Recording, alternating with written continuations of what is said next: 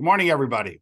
I'm Bob Sanborn. I'm president and CEO of Children at Risk, and we're real excited to have everyone here for the Big Education Summit, celebrating diversity, promoting access, and empowering leaders. We have a great lineup of people here today, so we're real excited about everything that's going to happen at the summit today. A number of people to thank as we get going here. One is that we want to thank our partners, the Early Learning Alliance, the Santa Maria Hostel, Molina Healthcare, United Way, Tarrant County, Worry Juntos, Girl Start, Empower Schools, the Child Poverty Action Lab, and of course, this is part of the Texas Family Leadership Council as well. So we want to thank them, the Children's Defense Fund, as well for all the great work. Major thanks to Shell, the Mara Group Corebridge, Financial. We thank you for your financial support as we get into this. You can view today's agenda, today's program, and get to know our featured experts using the links that will be dropped in the chat. If you have questions, please submit those to the speakers using the Q&A function today, if you can. I'll start off with a couple of things this morning. One is that I woke up this morning and the front page of the Houston Chronicle is focused on the governor's plan for vouchers. And we can't go and do an education summit today without talking a little bit about what is really on the top of the news for those that are interested in public education in our state. And we did a press conference on this earlier this morning. And one of the things that's important to note is that as we go forward with this debate on vouchers, the governor has couched this with this idea that this is parent choice, this is parents matter. And I really feel like this is a beautiful campaign because we want parents to be engaged. We want parents to be all about public education. But when we look at the data around vouchers and public education, there is a group that will benefit from vouchers, and that's those kids that are already in private schools. So if you're a parent and your kids are already in private schools, you will absolutely benefit because this becomes an $8,000 subsidy to your current private school bill. But for current parents who are in our public school system that are really wanting something different, the only difference that's going to happen is that you're going to see schools spring up across our state without any accountability, figuring out a business model to use this $8,000 voucher credit. And this is Texas. This is the land of business opportunity. So people are going to grab at this. They're going to gravitate to this idea of how do I start this business and get some of this money. But without accountability, we're going to have kids going to schools and they'll be flim-flammed into going to these schools without any accountability. And we're really worried that we're going to have a generation of kids that have gone to school and really have not learned much. And so this is one of the things that we see happening with this idea around vouchers. So as we move forward today, we want to keep that in the top of mind that this is happening. I also have a couple of slides that I want to share with you around what we're going to be talking about today. So if we could get those slides up. One of the things is that we're talking about is the number of kids in our state, and we're having trouble with the slides. All right. There we go. So total enrollment in terms of our state is close to 5 million kids that are in our public K through 12 schools.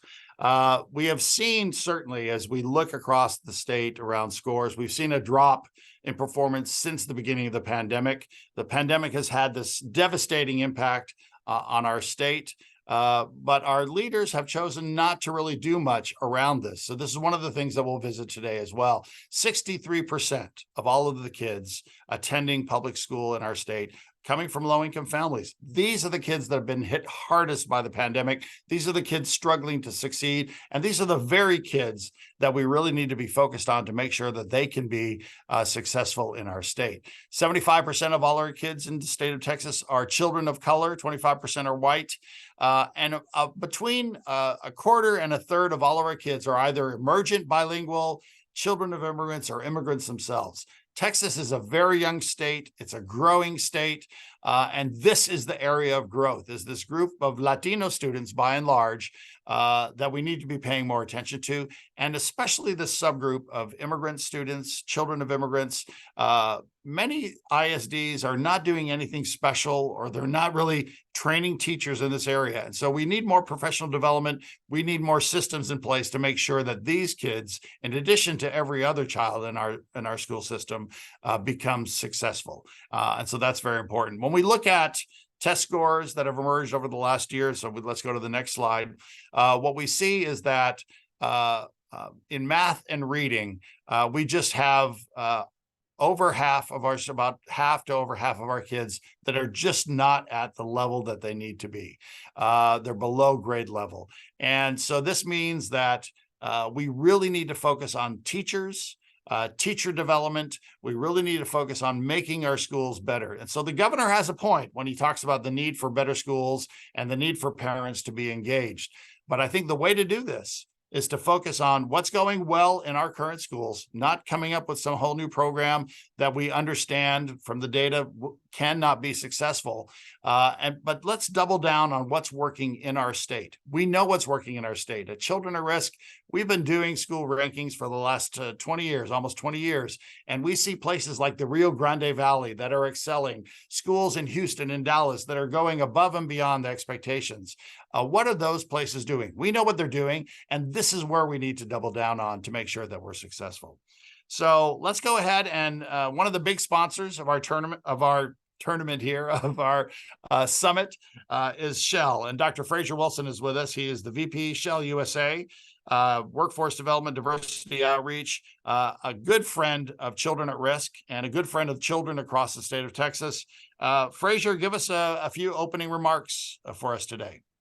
All right, thanks, Dr. Bob, and thanks to everyone participating on the summit today. This couldn't happen without your involvement, and the children and teacher and families across the country appreciate your investment.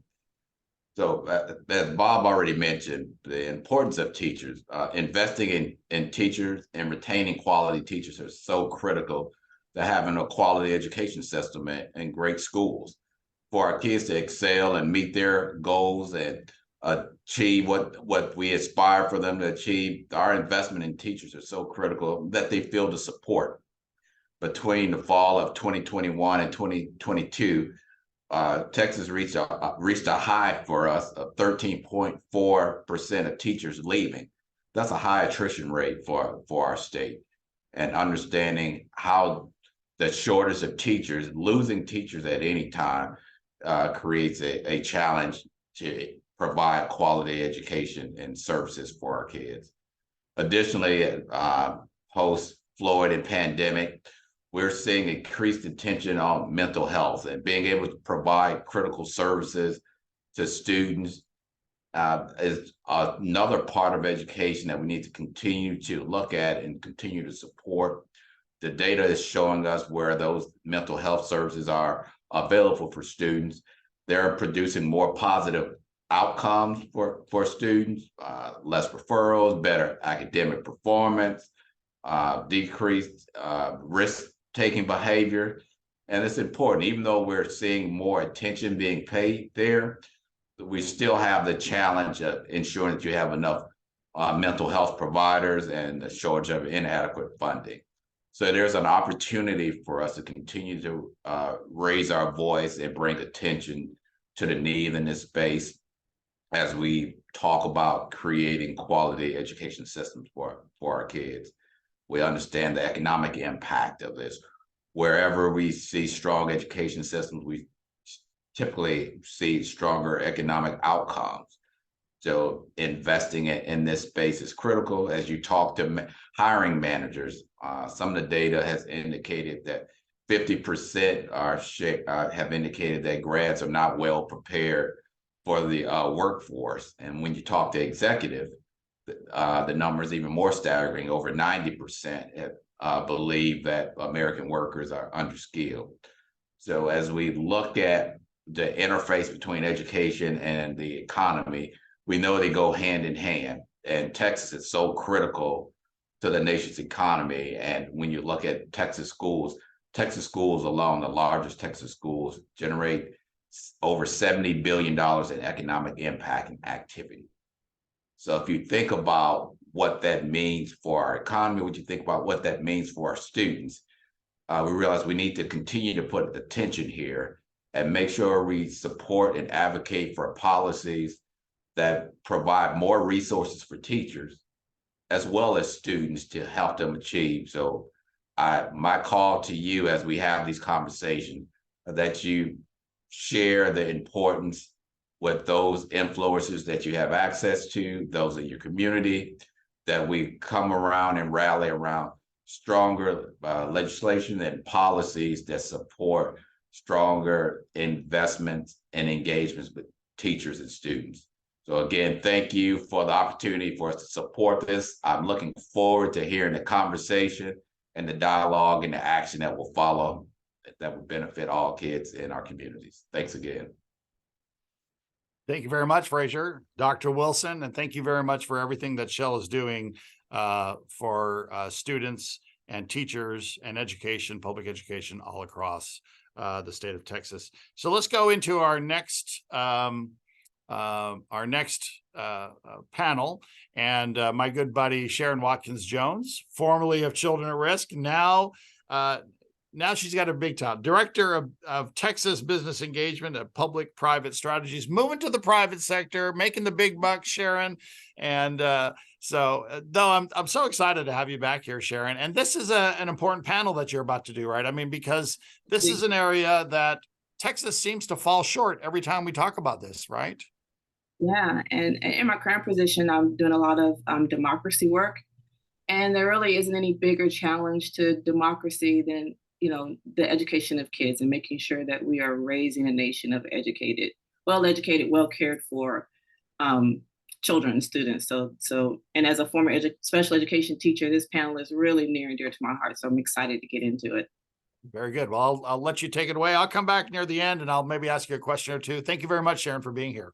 Thank you so much. I'm really thrilled to be here. Our panel this morning is really stellar. We're going to be hearing from Andrea Sampe, who's a school psychologist and a district level educational leader, Dr. Natalie Hudson, who's the executive director of Special and Diverse Learners, Barnett Public Schools, and adjunct professor of special education, Houston Christian University, and Kelsey, policy analyst for disability rights, the Young Center for Immigrant Children's Rights. So I'm excited to meet you all, and good morning. Good morning. Good morning, Sharon. Let's just get right into it. As I said to Dr. Bob, this is so near and dear to my heart. I'm a former special education teacher. I've been a co-teacher in inclusive classrooms. I'm a dyslexia specialist. I taught from elementary to middle school and worked for many years with the preschoolers with disabilities program. So I've seen the importance of representation in the classroom and representation in the ARD meetings and the IEP process. And so I want to start with Dr. Hudson and talk about cultural competence and diversity awareness, and what role does that play in creating inclusive classrooms in schools? Yes, good morning. Thank you, Sharon, for that. Our classrooms, research shows that students are going to learn when they're more comfortable, when their culture is looked at in a favorable way and understood. And it's a transition, because that's why the parent, teacher, school compact becomes so important, because it becomes an extension of home. And so in our educational environments, whether it's a large public ISD or if it's a small public charter school, the demographics, the way that our students and our teachers, instructional leaders look, it does play a role into that. We're also modeling for our students, and we want to model, that there are other options to post-secondary careers that are available for them. And so it's very important for me and the organization that I'm a part of that we consider representation when we are looking at inclusive environments for our students. Along those same lines, how important is it that there be representation in the process, the IEP process, the ARD process of someone who culturally understands a child? Yeah. With us being from Texas, we are a cultural hodgepodge. So just language, if we just looked at one aspect of culture, language, there are some terms that could be mistranslated or misstated when you're speaking to someone whose native language is not English. And so that's where representation and understanding cultural diversity really comes into play with those technical terms, and with the support we're providing so that we have a clear understanding with both parties, as how we will support that student in that IEP process. Let's clear up some misconceptions about inclusive education. What misconceptions have you encountered frequently, and how do you believe they can be addressed? Is that for me again? Yes. I think the biggest misconception that I've come across, I've had an opportunity to support almost every district and charter in the Region 4 area because I was a specialist at Region 4 Educational Service Center.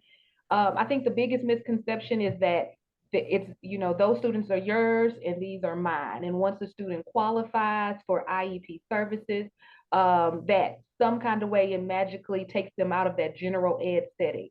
And so my focus is always access, making sure that every student has access to the curriculum, as much as they can handle. And if it needs to be individualized where they come out, once decisions are made in those ARD committee meetings, then that's for that child individually. But the equity occurs tier 1 in the classroom, the same thing that everyone is offered. Our students with disabilities, diverse learning populations need to be offered those same strategies and structures. Thank you so much. I want to pivot to Andrea Sampe and talk a little bit about school psychology. As a school psychologist and district level educational leader, Andrea, what strategies have you found most effective in identifying and supporting students with disabilities very early in their educational journey? So I think the first part that's like extremely important is some of those universal screening aspects of, they do it a lot in early childhood education, but then there are other just district level tests that are being provided to students on a regular basis that we should be taking a good look at and letting the data tell the story. The parents are also often completing enrollment forms. They know their students. Are we taking a close look at what the boxes that the parents are checking and what they're asking for at the moment that they enroll? And then involving not only the parents, but also the teachers and staff in professional development around what it is that they should be looking for, what's appropriate development and what's not. What are some of the telltale signs that a student may be struggling or they need additional support and attention, and maybe some investigation into what the barriers may be. I think that another person that we don't utilize as much as we should in the school setting that's very much a part of that enrollment process is the school nurse. They get so much information, and the conversations that need to happen with all of the people in the building aren't necessarily happening to share and let us get involved at the very beginning. Yeah, I think that's really key to loop in the school nurse. I don't think that's something that a lot of people think of frequently. We think of disabilities that affect students in the classroom primarily being cognitive or learning disabilities, but a lot of times there are medical conditions that reveal themselves in the classroom, and looping the nurse in can really be helpful. Can we talk also about some innovative programs or technologies that are helping to bridge gaps and promote equity for students with disabilities? I wouldn't necessarily say programs, but there's a large amount out there. But I would definitely say innovative processes to piggyback off of the looping in the school nurse. One of the things that we did at my last district was we set up, we called them triage meetings like it was hospital, right? And it involved the special education person, at least one of the school counselors, the nurse. And so we kept a spreadsheet and we shared information that was concerning or that we felt like the other individual needed to know. The person that I left off was the family engagement specialist. And so we all sat and talked bi-weekly around cases that would come up, and things that, the nurse would say, this student comes to the office every day at a certain time. Oh, wow, it's math class. That student's actually struggling in math class. But the innovative technologies, when we think of those, there's tons of assistive technology out there. But I would say the biggest thing that some districts are jumping on and others aren't is universal design for learning. We should really be teaching to the edges. When a teacher stands up at the beginning of that lesson, they should have planned that lesson so that every single student in the class can have access to Dr. Hudson's point and fully participate in that lesson. And there's, a whole toolbox of things that comes with UDL. Thank you so much. I want to now ask Ann Kelly about policy and disability rights. So Ann, can you tell us how policy changes at the national or state level contribute to advancing inclusive education for students with disabilities?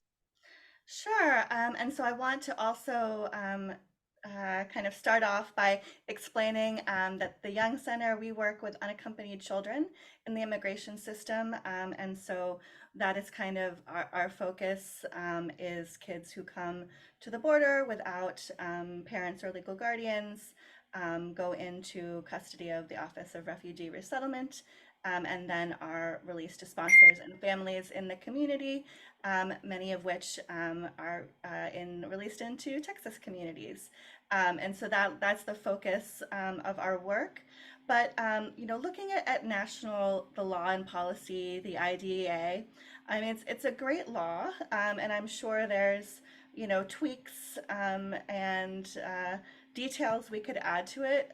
But I really think that what we need now is funding and enforcement.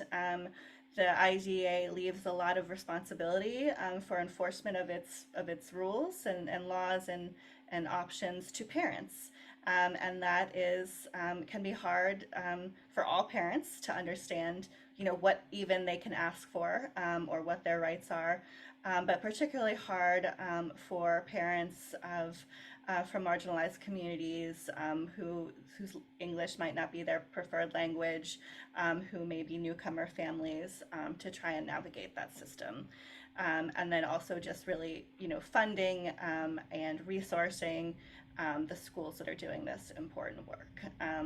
So, that's where I see a lot of the opportunity there.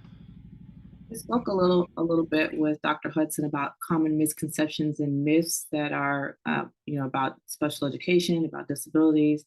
And with this particular population of children of immigrants, what are some of the myths and misconceptions that we need to keep in mind? And what are some of the extra needs or needs that are specific to these children that we need to know about? Definitely. So I think there's big gaps in the area of understanding what the best practices should be for youth at this intersection of disability and immigration status or language access status.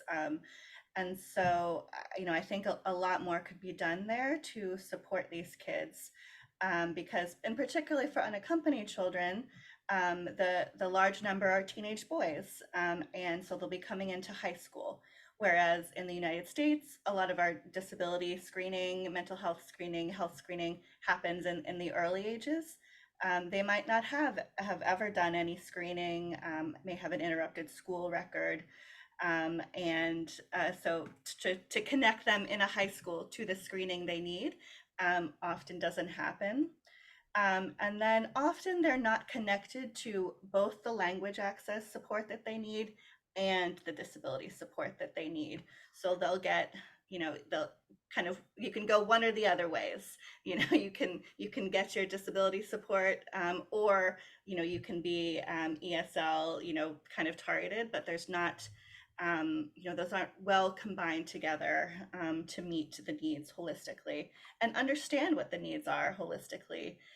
You know, how does screening look? How does assessment look for a newcomer youth who is experiencing a lot of upheaval and change, and whose primary language is not English.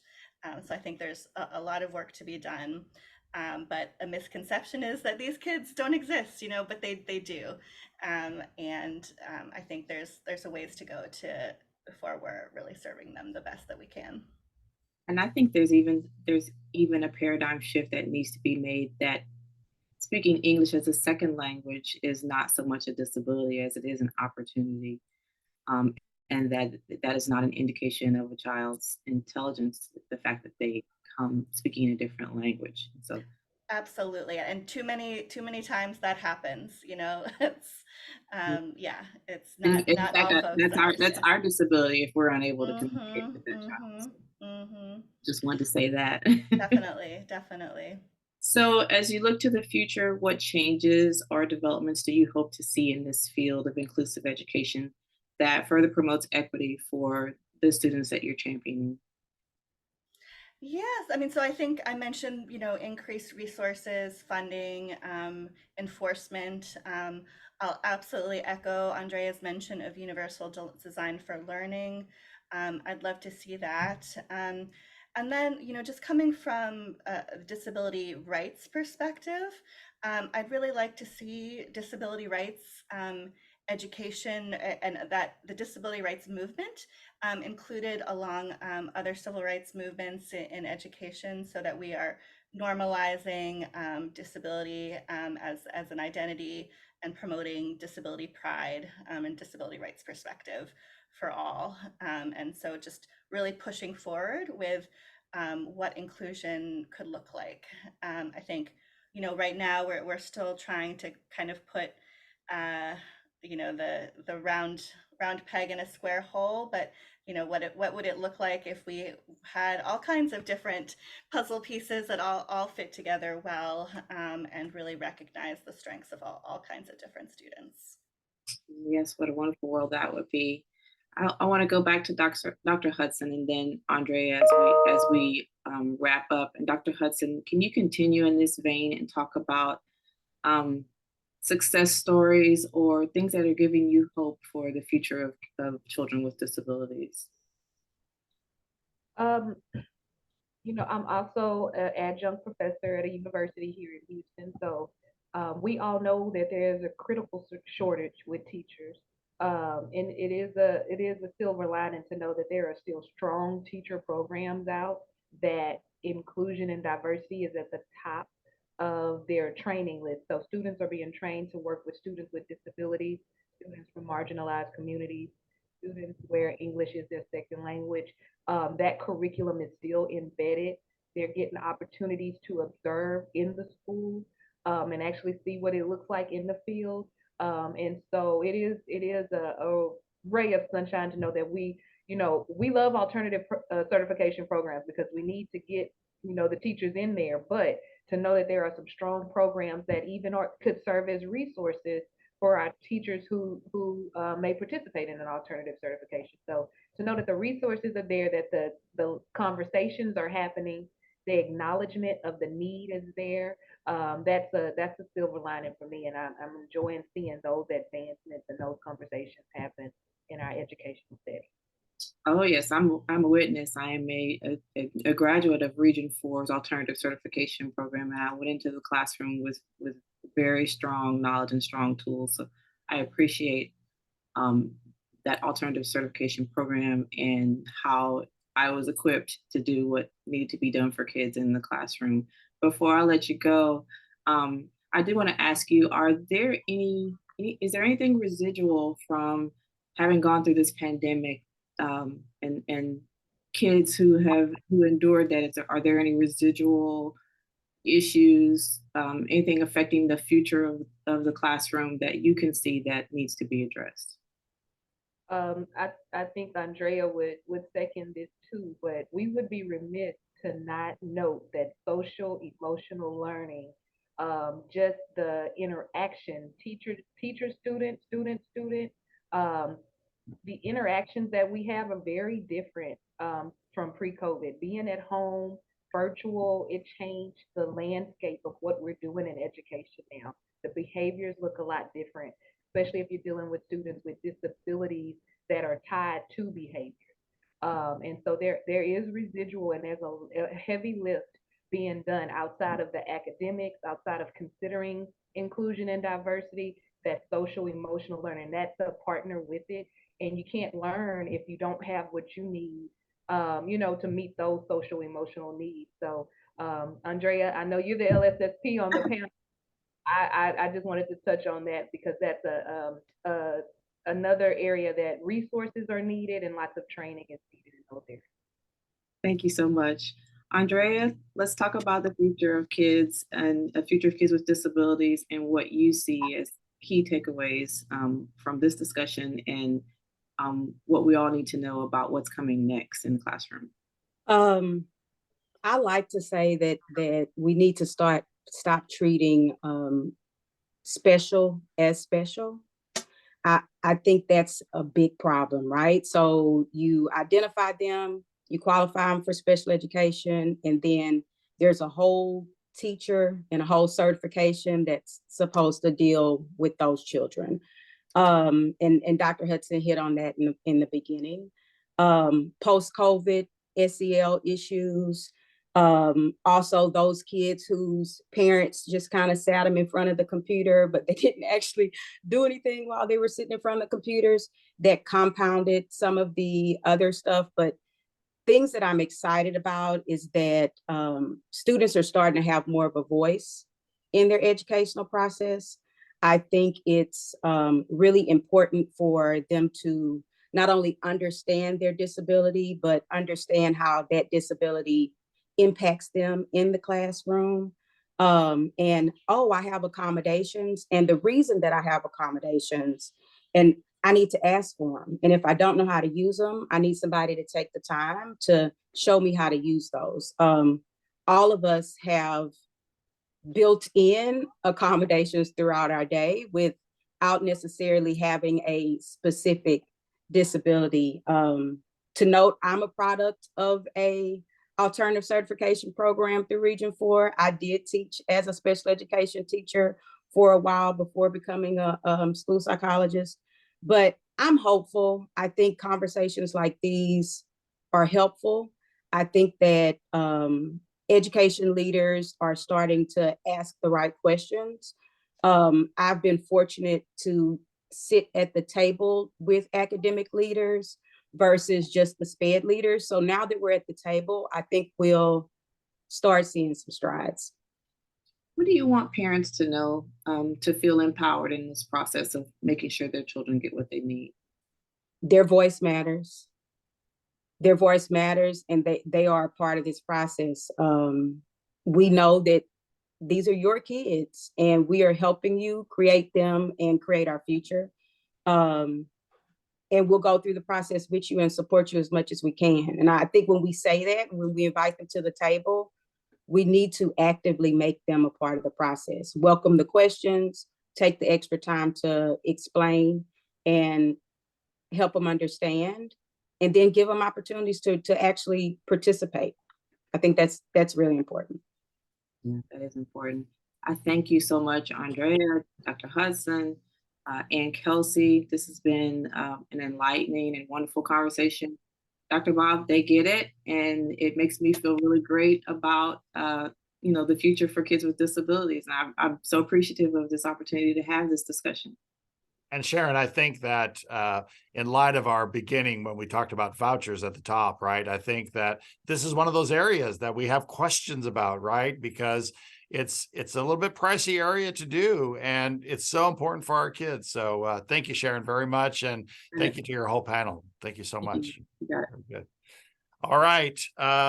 So our keynote interview of the day, we have Mike Miles with us, who is the superintendent with the Houston Independent School District. And Superintendent Miles, how are you doing today, by the way? I'm doing fine. Thanks, Dr. Sanborn.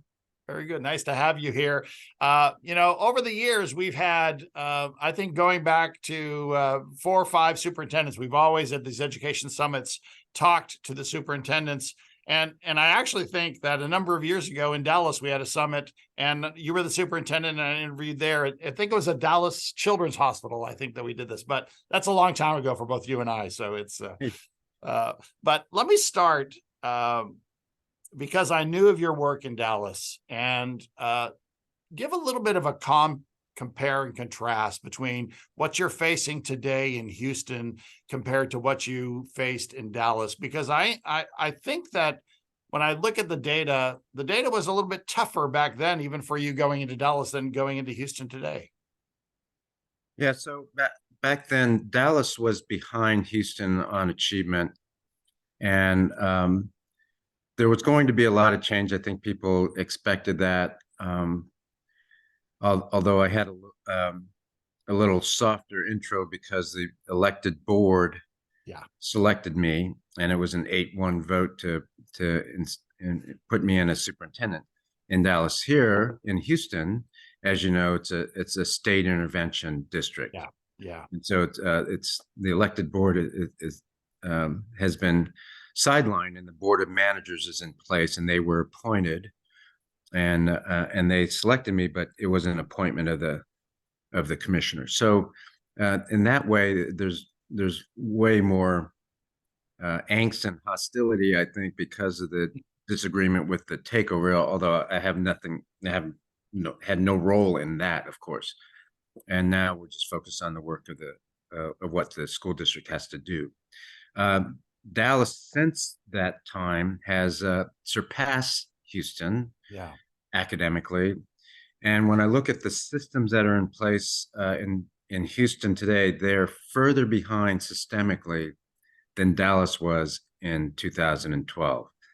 So a lot tougher gig, as you might say, here in Houston than in Dallas.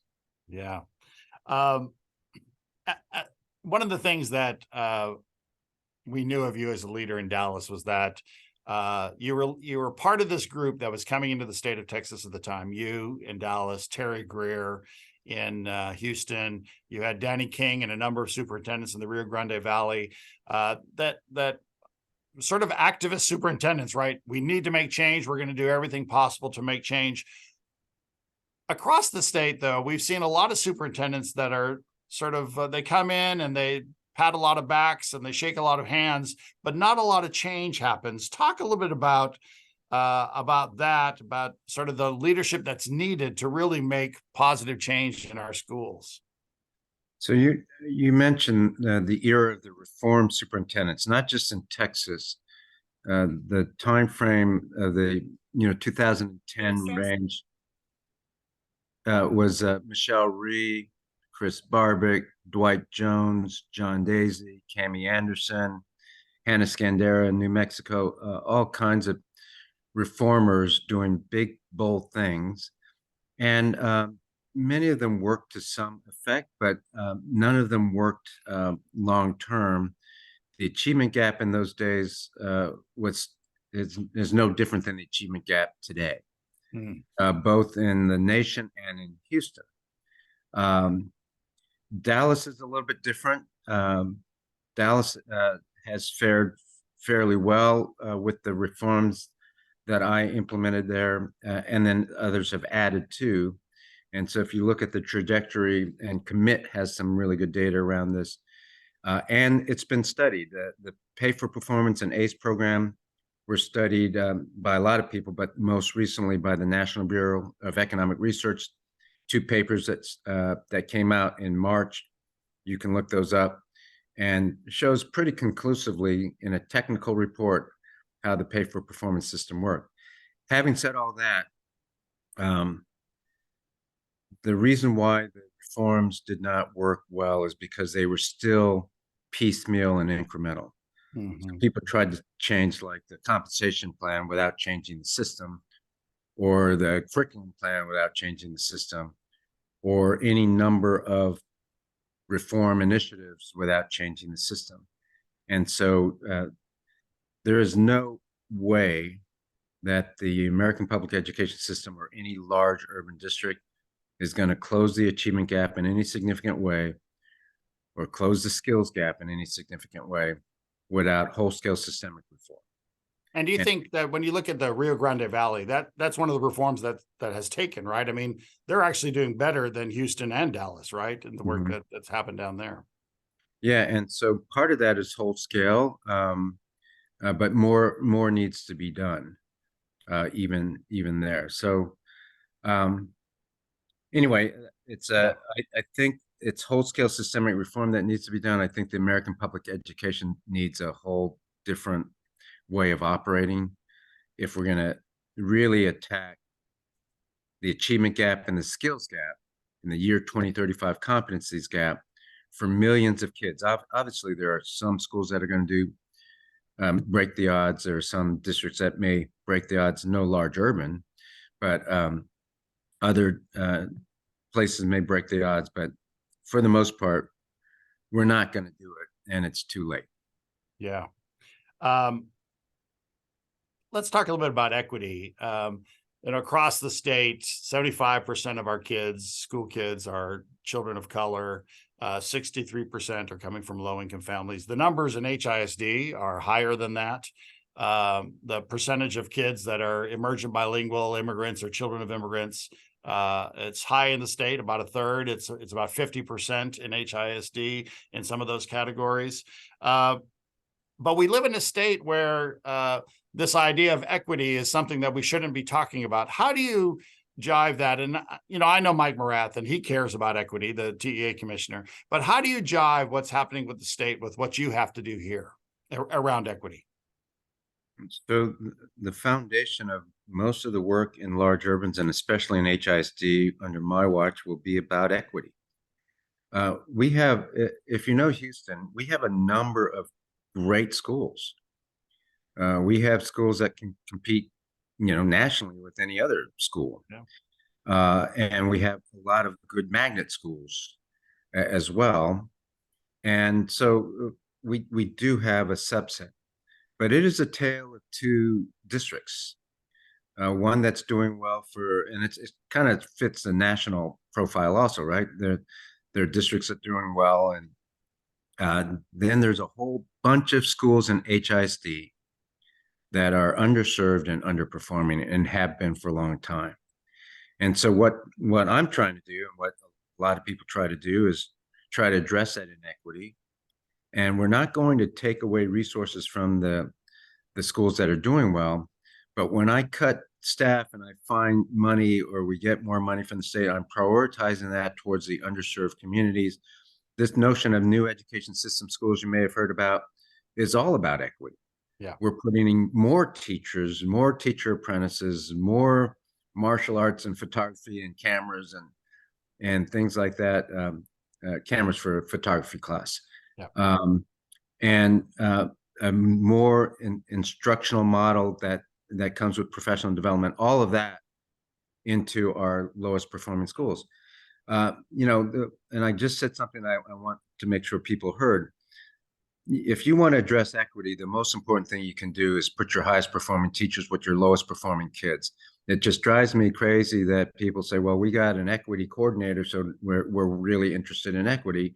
And I'll ask the superintendent of that district, have you put your best performing teachers with your lowest performing kids or lowest performing schools?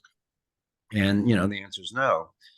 Partly because they don't know who their best performing teachers are, because they have a watered down, weak evaluation system. So that's what we're doing in HISD, and I think that's what's needed in any large urban. Yeah. And I think that's an important point, right? This idea that you're moving these teachers to these schools, I think needs to go noticed. I mean, it's almost like some of the good things that you're proposing are sort of hidden because of this whole animus that's been piled upon you by the state takeover, which I think is interesting. And in light of that, I want to talk about collaboration, right? How we know that in a big urban like Houston, there are a lot of groups some well-tensioned, some with good good results that want to collaborate with the school district. Talk a little bit about, has that been easy because of the conditions in which you come under? Are people still lining up to collaborate? And how's that been for you as a superintendent? Yeah, and Bob, you hit the nail on the head. There are a lot of different groups, and they have lots of different agendas. Right. Most have been supportive, and because their agenda is the same as mine. And I only have one agenda, and that is helping our students read better, do math better, and get ready for the year 2035. That's it. And so I can avoid some of the other noise that comes with political agendas, or any number of things that you can name.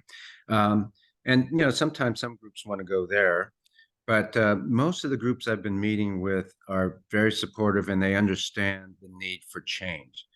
I think people understand that there's a reason why there was an intervention, but even without the intervention, HISD has needed change for some time, and people recognize that.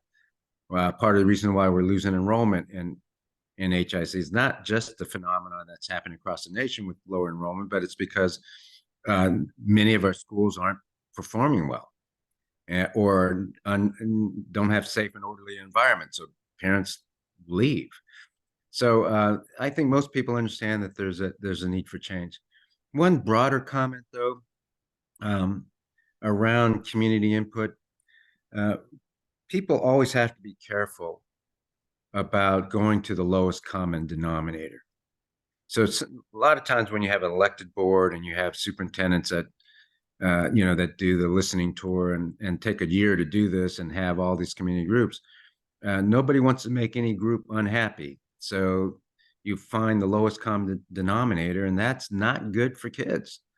And so you have to keep that in mind. I know it's a nuance, but it really is important if you're going to transform a district, not just tweak it and have another 20 years where we remove the achievement gap by 2 points. You have to do both things, and that's not often going to come from a listening tour. Yeah, I've heard people in the community. Obviously, you're a big topic in the community, right? I mean, I run in education circles anyway, and so, but I've heard some people that have said, in a sense, Miles has this great opportunity. He can make everyone mad and still do good things. I mean, is this something that you think about? Like, well, I don't care about making people mad. I'm just going to do what's right. Or do you also try to do what's right as well as try to be politically friendly with people? So great question. Let me just say a couple words by way of context. Number one, this is the last generation of kids in school before the skills gap is locked in. I can go into a big presentation about what that means, but just think about that for a moment. The last generation. If a kid graduates without being able to read at grade level, do math at grade level, and without year 2035 competencies, at least at some level of proficiency, they will be resigned for the most part to low-skilled, low-income jobs.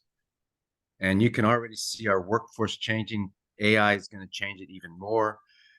Middle skilled jobs are already leaving. This is the first time in our history where technology may decrease the number of jobs more than the ones that they increase. So it's urgent. It's important. That's the mission. That's the vision that you have to work towards. So yeah, part of it is we got to do that for kids because it's urgent. At the same time, you can't sustain reform over many years without community agreeing with it, without the community supporting it. So I'm okay with just getting the early adopters and the majority of the community, because I think the majority is, this is a day and age of social media where 25 people make it seem like they're 2,500 people. Yeah. But at the board meetings and the community meetings, the same 25 people show up and do most of the yelling and screaming, and they get the quotes in the newspaper. So it's like, just be careful about ascribing everything. it's still, your point is still well taken, and that is over time, we have to make sure that we have a broad sector of the community, business, parents, teachers, and others who are supporting the direction of the district. Superintendent Miles, the front page of the Chronicle this morning was about vouchers and about our governor is going all out to have vouchers in our state. And you and I would be hard pressed to find any superintendent that thought that vouchers, especially in this form, would be a good idea. How do you react to that when here we're trying to do, we really want the state to invest more in our schools to make the changes that we need. How do you react to the idea that there's this big push for vouchers? So let me answer the question indirectly, because one of the things I try to do well is focus on reading, math, and what we have to do, and not getting into political arguments or something that will just raise the ire of people. What we have to do in HISD is to improve the schools that we have, and I think we can improve them in the system that we have. It may look like we can't because we haven't over many, many years. And so that's my focus right now. And I think we can, with whole scale systemic reform, improve the schools that we have and try to keep the kids in the public schools and the community schools that we have. And that's what I'm doing. And that's what my focus is going to be on. Yeah. I'd love you for you to say more, but I completely understand. So listen, districts of innovation. So the state, and we were part of this piece of Children at Risk was part of this piece of legislation, allowing school districts to become districts of innovation. And in a sense, it gives you a little bit more freedom to do some interesting things. What are some of the things that you really want to do, Superintendent Miles, as a district of innovation? What are the one or two things that you're most interested in doing? Yeah, I mean, I don't want to get ahead of our planning committee and the school board, but the board of managers. But let me answer the question this way, because one thing I've mentioned quite a bit, we need the flexibility to do good things for kids. That's what we need. So, for example, take the school calendar. A student-focused school calendar should start with these two questions first, if you want it to be student-centered. And maybe a lot of districts don't do it this way, but the first thing to ask is, how many student-teacher instructional days do you need to help your kids improve? That's question number one. If you don't start with that question, then I would propose that then you're not having a student-facing calendar. You're just worried about when the adults want vacation. The second question is, how many professional development days do you need for your staff to grow the capacity of teachers to deliver high quality instruction, which will help kids? Those are the top two questions. After that, everything else can be adult oriented, and that's okay. But those two questions need to be answered. The answer for me for the first question, how many student teacher contact days, is at least 180 and hopefully 185. The average in Texas is 174, and the average in the country is 180. Houston has 172. That's not good. That's not student facing. That's adult bound calendar. So we're going to change that, hopefully, with the DOI. Again, I say hopefully because that's up to the planning committee and the DAC and the board. But I'm going to push them and argue, hopefully persuasively, that we need more days in our calendar. The rest of the DOI, similarly, if there's anything in there, and I have some suggestions. But they all to provide us with flexibility to make sure that we do what's right for kids, and also put us in a footing to improve the quality of instruction. So, for example, if we pass a DOI, I hope we include teacher and principal evaluation systems, which we will strengthen. We will already have a pretty good one, and then waive teacher certifications. I know teachers unions don't want to hear that, but everybody else does it. And this day and age, it's not so much about certification, it's about whether or not they can teach well. And so I think we need to have that flexibility Not that we don't want certified teachers, mind you, it's a flexibility to hire uncertified teachers if we need to, and also to teach our CTE and AI courses, career tech ed courses. So we need that flexibility. Mike, Children at Risk has been ranking schools for the last 17 years, and the state, when they did their ranking of schools, modeled a little bit after what we were doing. Marath and I had long conversations about this. When you look at the high-performing schools, neighborhood schools, not magnets, in HISD, do you have a couple that are your favorites that you tell your staff, look what they're doing here, and this is what we have to do more of this? Well, I want to hold off on that until I've been here a little longer. Otherwise, because I don't know all the schools that well. I have a couple in mind, but then people, it's like naming what's your favorite child, Bob. So, and after I know my children for a while, then maybe I can answer that. Maybe not on a big summit. You don't have to tell Right, me, exactly. right? So yeah, okay. Let me ask you this. Your term will come to an end at some point. The state takeover will be over, and an elected school board will begin looking for a new superintendent. And you know what everyone's going to be saying, as long as it's not Miles, but what? I mean, obviously, I talk about this a lot. The idea that we need to go bold, we need to get a national leader in here, someone who's not going to be afraid to make changes with the support of the elected school board. When you think about this, are there characteristics of that person that you want to see come in to follow you? Yeah, first of all, it won't be Miles. That's for sure. Because I'm invested in HISD right now, but I do have a home in Colorado, and right. This is a mission, and it's supposed to be temporary, and I embrace that. We want to turn it back over to an elected board as soon as possible.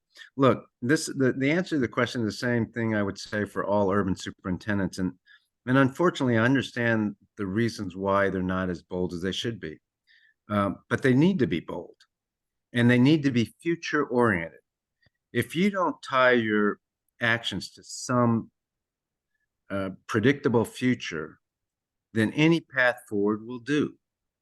And usually it's the one you're on.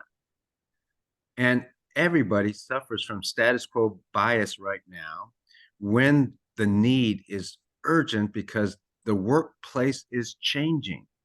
Even how we operate in this day's and age will change. It's changing today with AI, and will tomorrow. And so if you're not thinking about that, if you're not thinking about your 2035 competencies, and can drive that vision, because you have to drive a vision. If you go to the lowest common denominator again, people aren't going to think. It's like blockbusters and Netflix, right? People like their blockbusters. Had you asked the public whether Blockbuster should change and add a Netflix variant, a subsidiary, they would have said, no, we're doing fine with Blockbusters.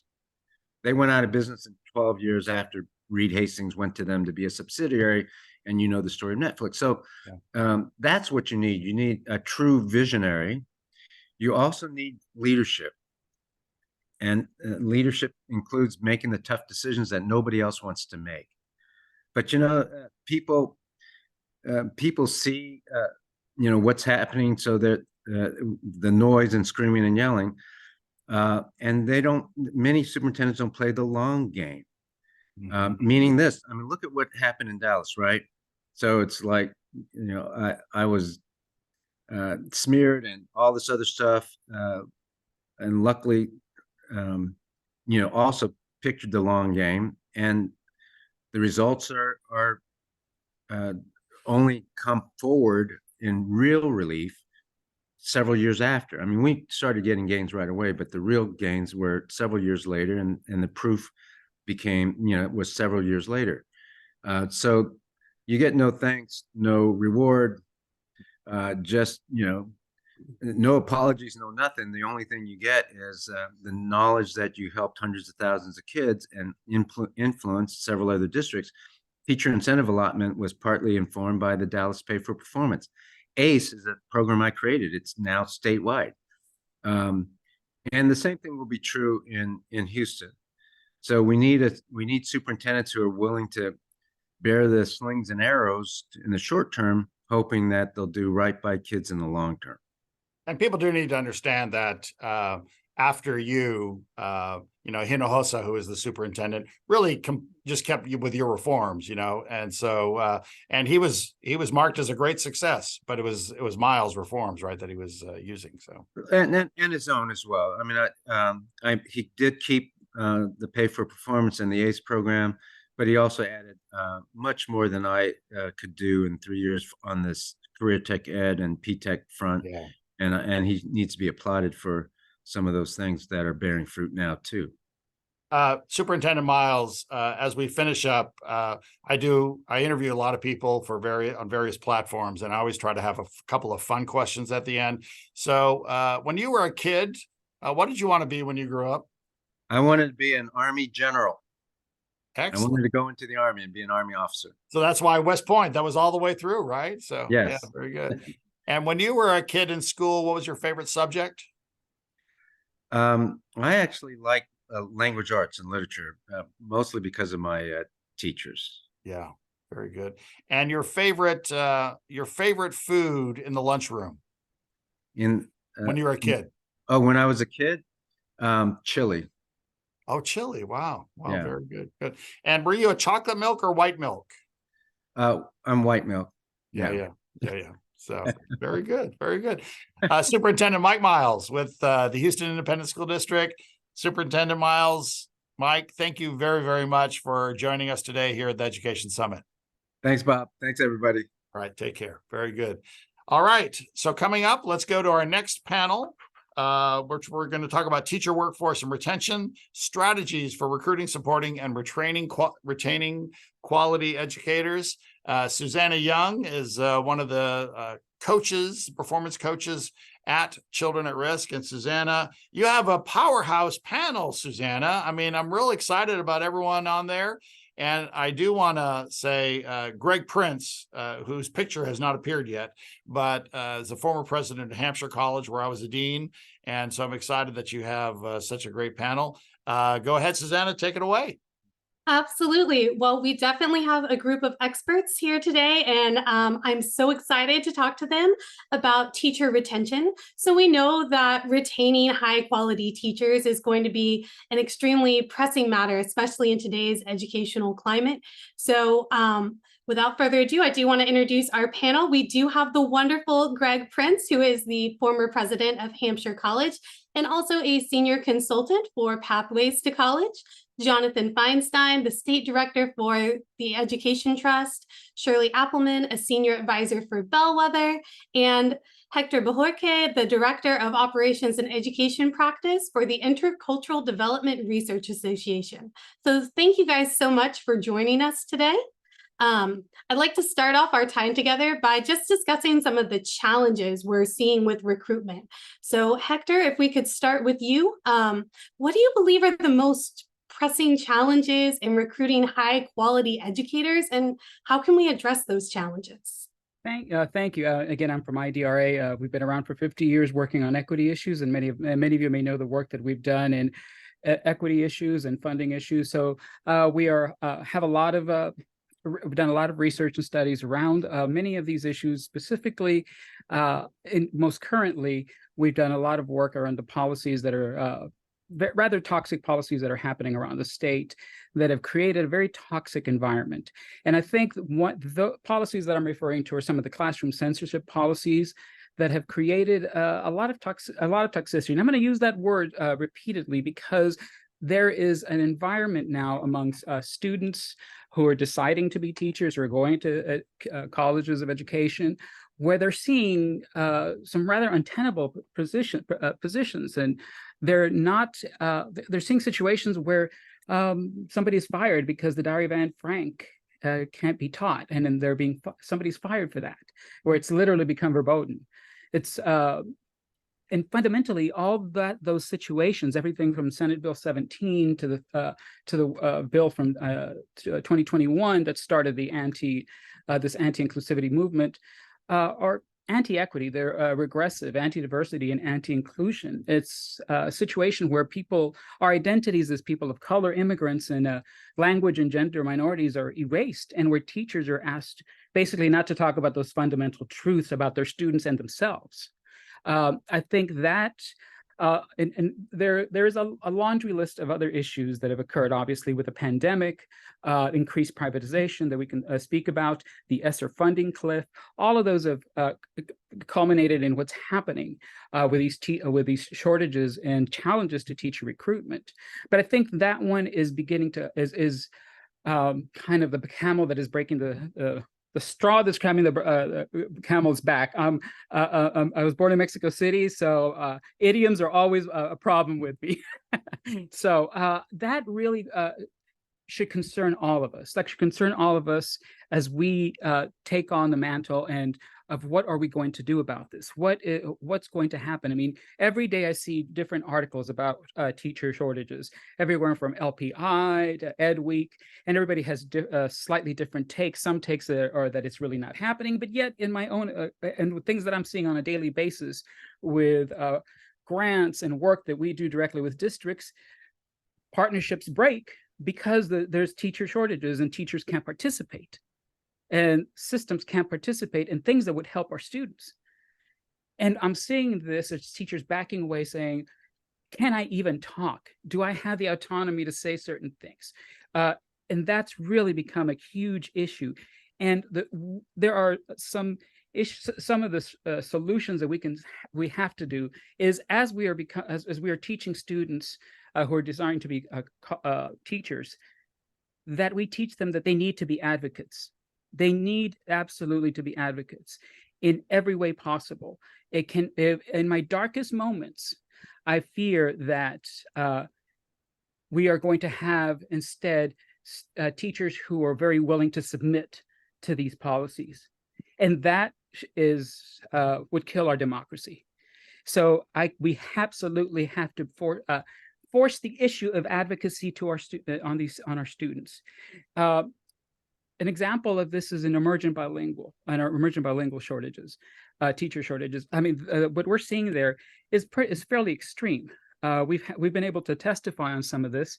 I mean, we know that Texas has struggled with finding emergent bilingual teachers since 1990, but right now we have a 50% increase in the need for bilingual teachers, with only 20% of that need being met.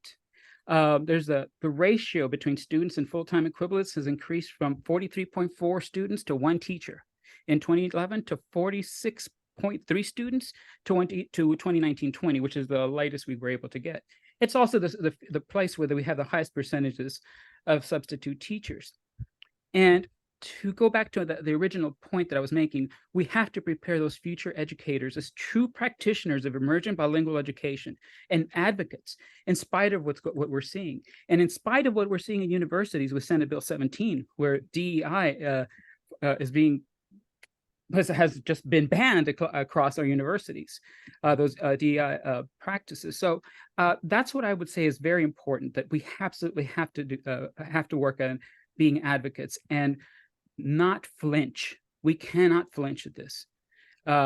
It's not going to be something that's going to be solved overnight. It did not happen overnight. The pandemic already came at us where things were already being tenuous due to increased privatization, where I'm seeing every day where charter schools have siphoned off a good 25% of some districts' students. And I'm being conservative by saying 25%. We have to work on all those things. We cannot forget all these fundamentals. They are fundamentals to these shortages as well. And I'll go ahead and I'll stop for the moment because, I can call 25 minutes. Absolutely. No, and I think it's so important for future educators to be those advocates and shine that light. I love how you discussed, the importance of, especially when it's in a toxic environment, it will continue to be toxic unless we call out some of these things that we're seeing in education.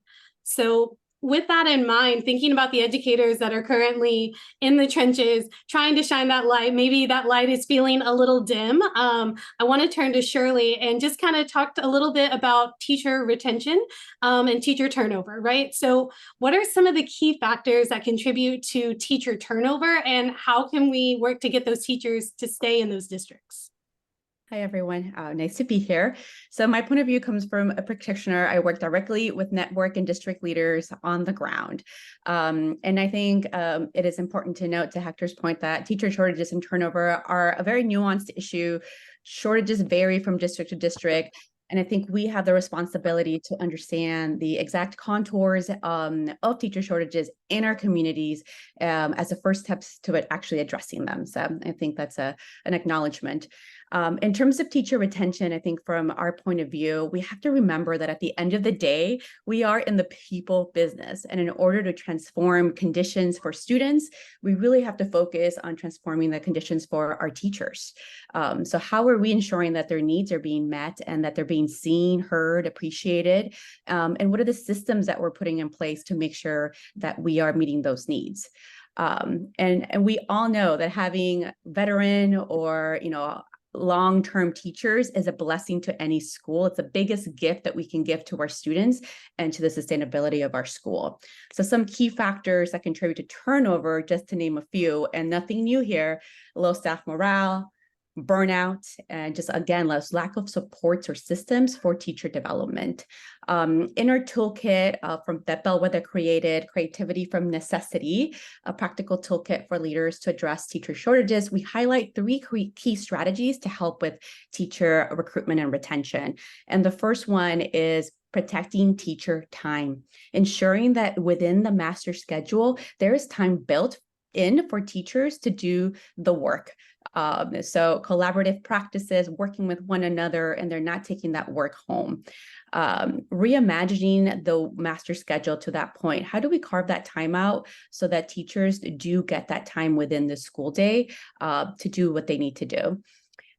Meeting teacher needs, not just the systematic instructional needs, but as a human being, how are we elevating their voices? How are we carving out time so they're taking care of themselves? I think coming out of the pandemic, a lot of our staff got used to working from home and having that flexibility.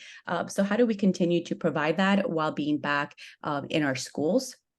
And then lastly, we provide some strategies for filling those staffing gaps. If there are gaps, how are we supporting our teachers to fill those gaps in the moment now so that it's not leading to more burnout? And the toolkit shares lots of strategies as well as implementation ideas that take into account the effort, the cost, and the timeline. So it is you can pick up a strategy and go depending on what you need. But again, just understanding at the end of the day that our teachers are humans, and we must tune in to ensure that we are listening and acknowledging their needs as well. Absolutely. And I really love that you've created this toolkit for schools to use, especially so focused on teacher time. I've taught for many years in both elementary and middle school, and I remember working until 11 p.m. at night. I would be the last one at school to shut down the lights with the custodians, working weekends, and that teacher time, it really does have such a massive effect on burnout. And so it's great that you're kind of giving that guidance to schools about how they can protect that teacher time. And while we're kind of on that subject of creating that positive, supporting working environment, I do want to ask Jonathan, do you have any other ideas of what schools and districts can do to kind of create that positive, supportive environment that can increase teacher retention? Sure. Thanks for the opportunity to be on the call. I want to start just by saying that, as a former teacher, I think it is one of, if not the most complex and skilled professions imaginable. High quality teachers, that they aren't born, they're developed through observation, mentoring, practice, feedback, more practice. So the work of preparing an aspiring educator to be effective on day one is incredibly challenging. It can be done, but to layer some context onto what we're facing in Texas, I want you to multiply that challenge by 40 to 50,000 new teachers every year, because that's what we're doing And that's what schools are up against, mostly to replace teachers who leave. So nearly the entire statewide demand for teachers has been to offset attrition. And this isn't a new problem. Over the past decade, Texas has outpaced national teacher attrition averages by about 25%. And so I just want to say there aren't any shortcuts, but certainly the only sustainable way to tackle the vacancies that we see is to improve retention. And I think high quality preparation is certainly a core piece of that work. But to answer your question about once we have them, right, once they've had the benefit of affordable, accessible, high quality preparation, what can we do? And so at EdTrust, we worked with our partners at Teach Plus to actually ask Texas teachers this question, specifically teachers of color from the Houston area. And we did in-depth focus groups. So I'm going to tell you what they told us. All right, number one, the quality of school administrators is the most important factor. They set the climate, the culture. So supportive campus leadership matters a lot. And there are things that school board and district leaders can do, right, to design principal evaluations that include teacher retention data, along with the kinds of cultural competencies and the feedback that teachers are giving about their performance. You've always heard it, right? Like, people don't leave schools or businesses, they leave leaders. Number two, teachers want to be compensated for the full scope of their responsibilities and their contributions.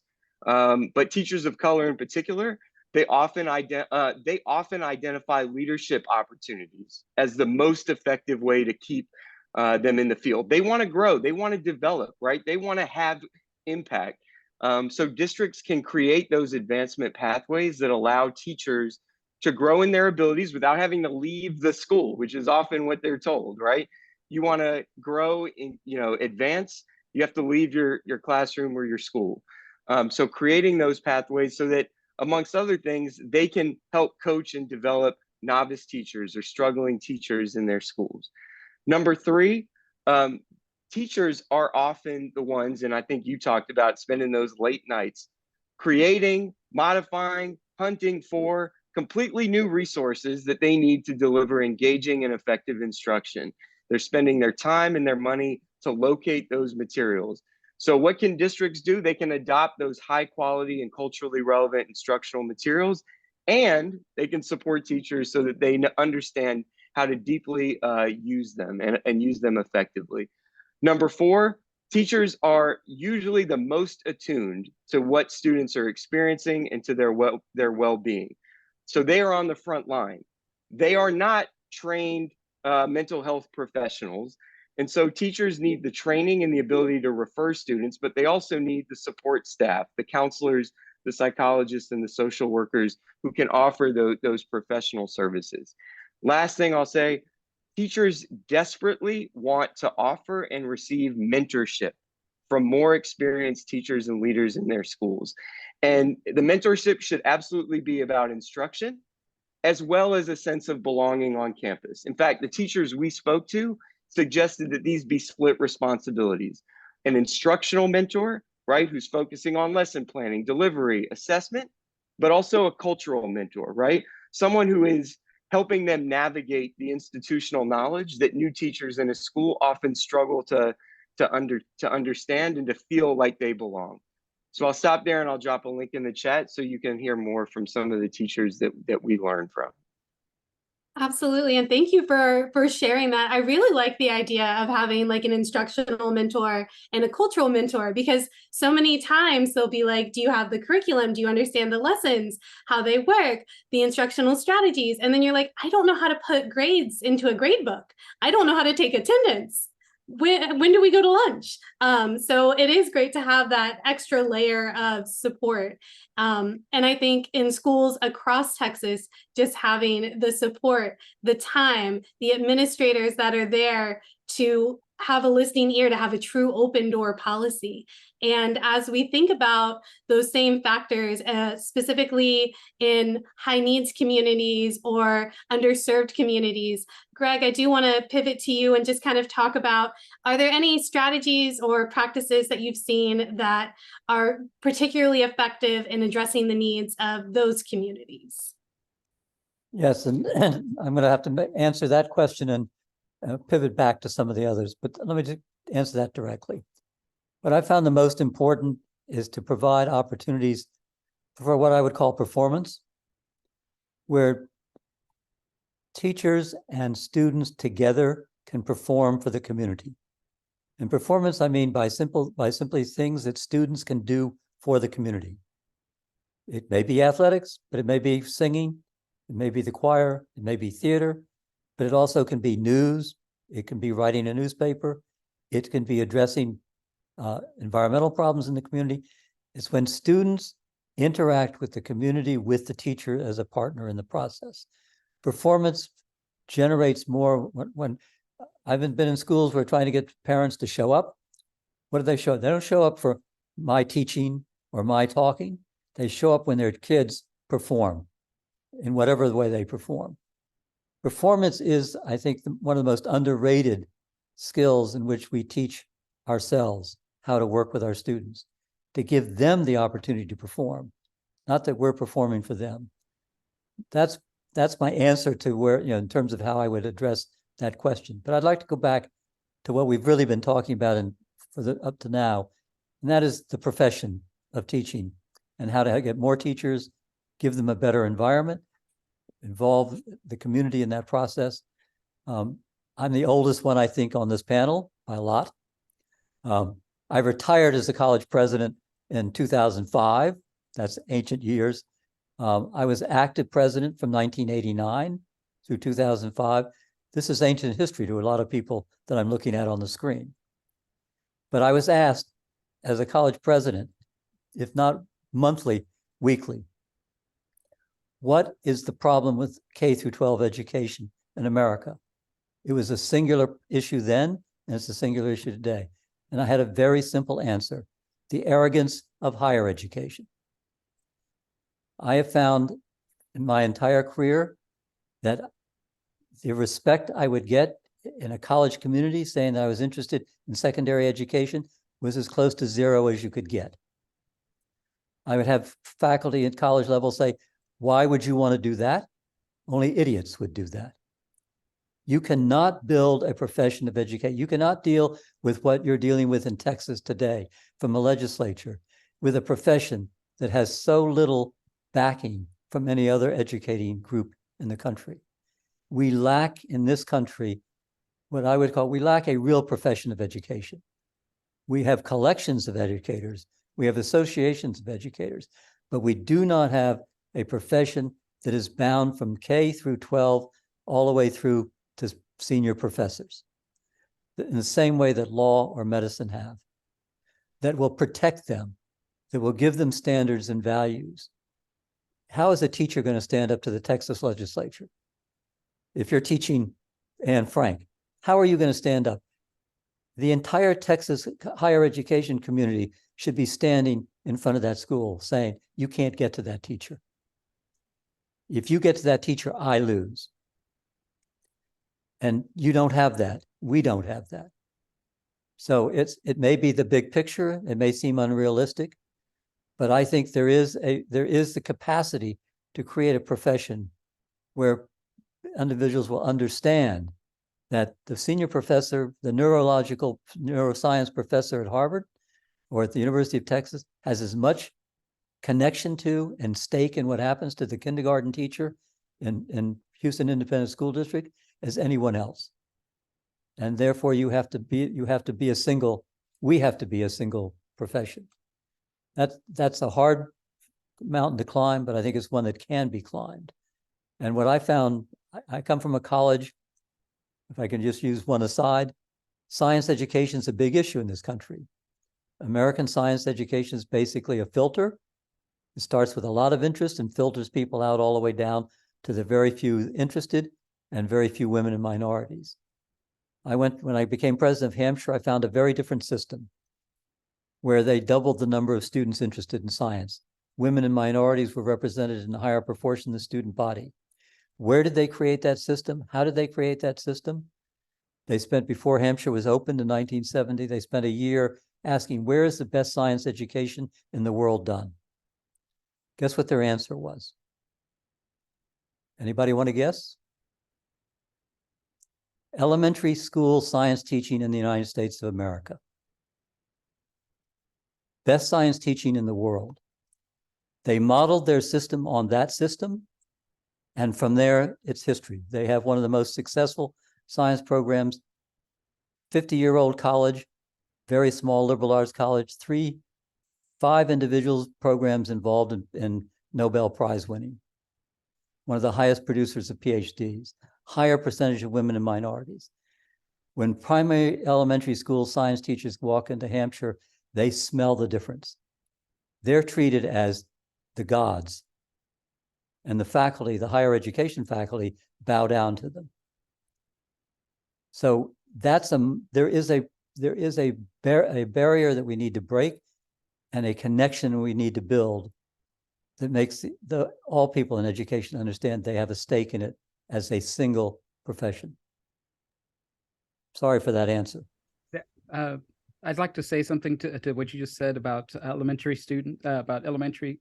I'm fascinated by that. You took the words out of my mouth. Of something that we've been doing at IDRA for a while, where we look at practices as asset-based practice, especially in those transition years in middle school, where we notice that the educational practices are designed to basically weed out students as if it was a college campus almost at UT Austin, and rather than giving students the kind of support they need as they were given in an elementary school. And we have several programs right now that are turning that on its head. And I'm very glad you said that, because exactly what you said is what I was telling middle school teachers just last week. We need to become more like those elementary school teachers that provided that support and that incredible feeling of access. That by the time you get to a middle school, kids just don't feel anymore. Thank you for that. Tough message to deliver to my colleagues at Yale, where I graduated, that they need to be more like elementary school teachers. They don't quite get it yet, but they will. They will. Come see me in a couple of years, and I'll have more studies about that. Well, you both have made my elementary school teacher heart happy. We would welcome people anytime to come and watch some of the instruction happening.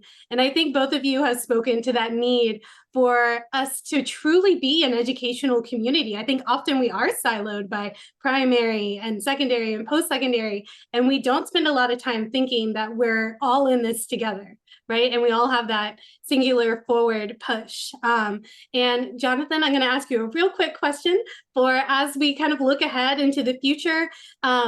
If you could give me the top 2 priorities you see for improving teacher recruitment, support, and retention. Yeah, so I'll just build on what we were just talking about. That connection is where you see the best teacher preparation happening, and it's happening already through paid year-long residency programs across the state, where you have deep partnerships between school districts and those higher ed institutions. Predominantly, there are some others involved, where teachers are getting the kind of mentorship, the clinical practice that they really need, right, to be fully equipped, not just to enter, but to stay in the profession and to get better outcomes for students. And the data backs this up. So residency program participants are, their retention after 3 years is in the 80 to 90%. Those teachers who have that quality clinical experience are just as effective as teachers with up to 3 years of experience in the classroom. And that's happening, right, because we're breaking out of silos and we're valuing really the time and the experience that that teachers really need to develop and hone their craft.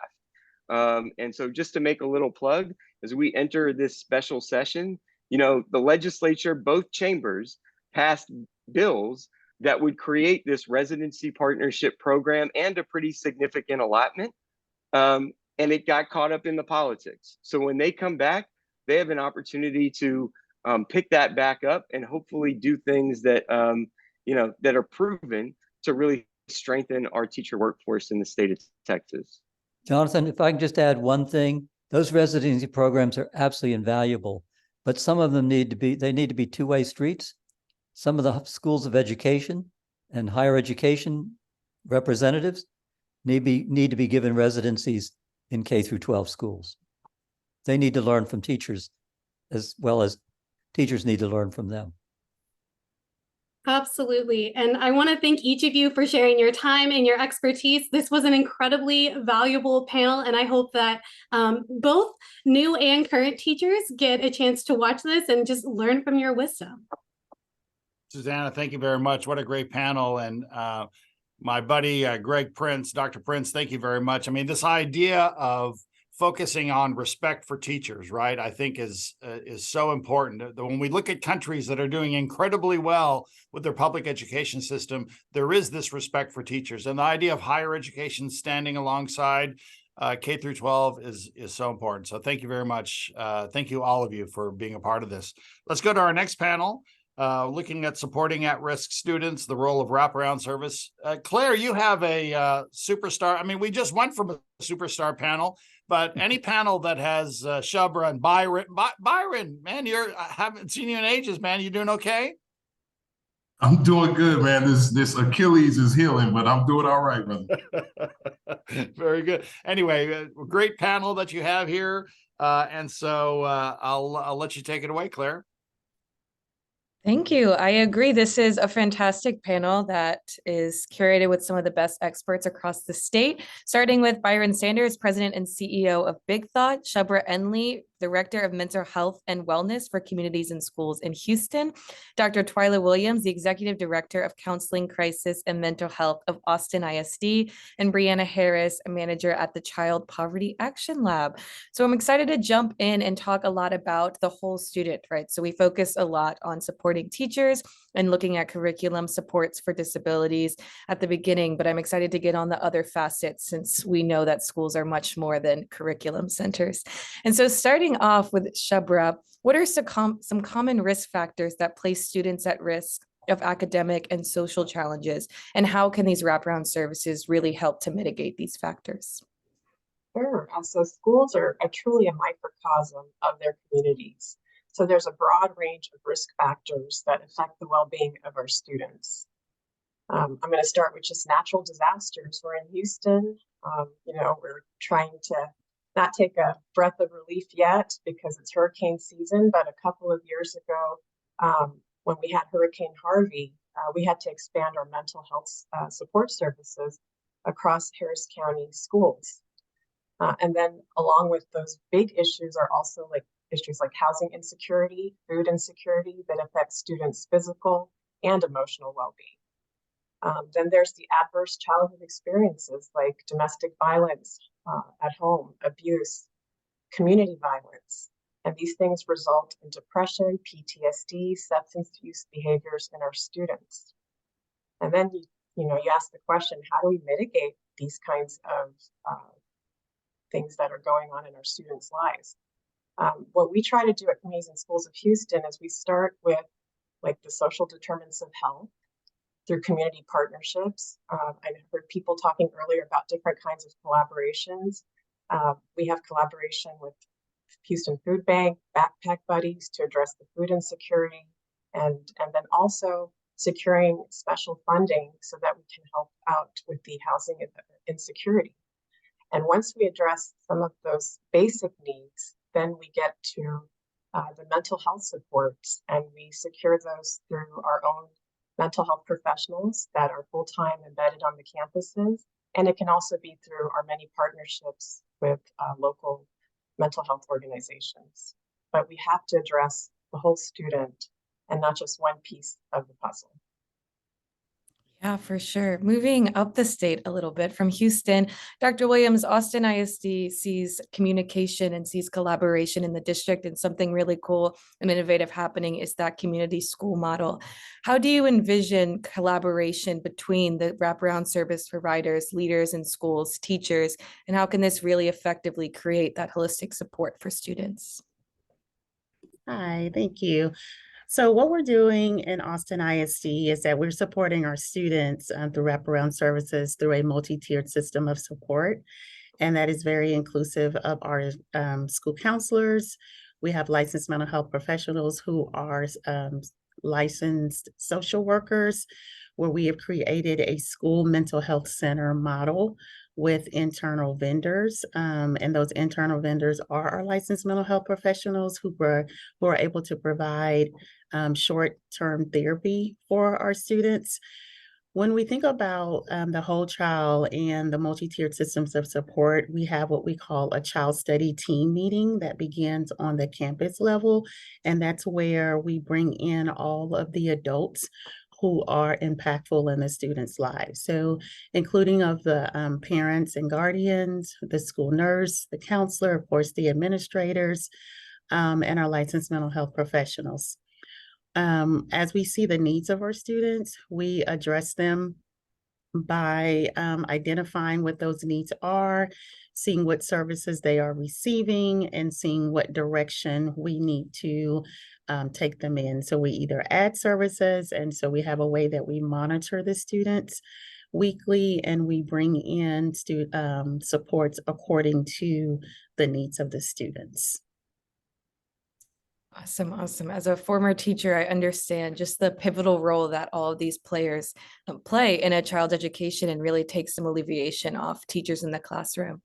Byron, up in Dallas with Big Thought, what are some successful programs or initiatives you've seen between after-school programs in school districts, what it may be, for at-risk students when it comes to wraparound services? I just want to co-sign the importance of thinking about ACEs when you're reaching young people. And I think there's a common perception. It's not really a misperception, but maybe a slight tweak when folks think that the only ones experiencing ACEs are youth who've been in destitute situations. No, ACEs are actually pretty widespread. And as a result, we have to have a really large degree of access for young people across the board in our schools. So some places doing some great work. I'm gonna go ahead and shout out some of the work that we're doing here at Big Thought. Our young people in some programs that have actually come from a model developed called Creative Solutions. We built this model starting off in the juvenile justice system, and it has the lowest recidivism rate among young people who have been impacted by the justice system. 7-year average of single-digit % recidivism. We've taken those principles and have applied them in both in-school and community-based settings where it's trauma-informed, it's restorative, but it lights up the creative enterprises. It's amazing how those skills allow a young person to be able to build their social emotional skills and resiliency acumen.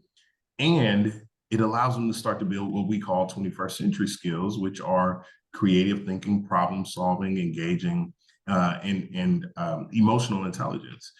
We've seen some other great organizations doing all of the work that needs to come around a young person as well. Communities and schools, particularly the North Texas chapter, is doing some amazing work here where their model essentially breaks down to they have a person who is embedded in these campuses whose job is to be the agent, so to speak, for a young person. They go out and find those extra resources, whether it's food insecurity. Some young people are dealing with homelessness, whether it's mental health supports, all of those different things. They take it upon themselves to say, hey, principals, I know y'all already have a lot. Teachers, you already have a lot on your plate. I'm going to go out and find those resources, bring them back to these campuses, put them actually in some of the young people's homes themselves, and watch these young people thrive. There's another thing that I'll lift up that is off the beaten path. Two other additional categories. One, this technically doesn't have to do with schools, but it absolutely does. Schools are part of communities. And oftentimes there needs to be a community anchor in a particular community that might have been, I think, dealing with the long-term effects of institutional inequity. And so there's some great models, 4 Oak Cliff, Vickery Meadow Youth Development Foundation, Bachman Together. These are anchor institutions in these communities that become a safe place, a safe haven, and really, I would say, an epicenter of revitalization and liberation in these particular communities. And the biggest thing that they traffic in is trust. And so for young people who are needing support wrapping around them, having an epicenter of trust where a person can go and find all of those different resources, critically important. The last one I'll say is this. Since the pandemic hit, we have a whole new category of ACEs. And one of the challenges that we saw in the racial reckoning, right, that came on in the back half after the George Floyd tragedy, so we saw that a lot of people were wrestling with racial and cultural strife, and our young people weren't immune from that. What we've seen is that there's a great organization called Young Leaders Strong City that, as they have invested in creating space for young people to have voices out of school, we've seen that energy translate to deeper academic engagement, deeper campus-based engagement, and a desire, actually not a desire, but the outcome of feeling more fully seen and known themselves. It's amazing how diving deeper into cultural identity wasn't a distraction. It actually was a solidification of a young person's desire to continually be there and engage. That's not usually thought about as a wraparound support, but what I've seen and the data is pretty powerful. Finding one and delving into one's cultural identity needs to be thought of as another way that we support our young people, not just academically, not just in the school, but elsewhere as well.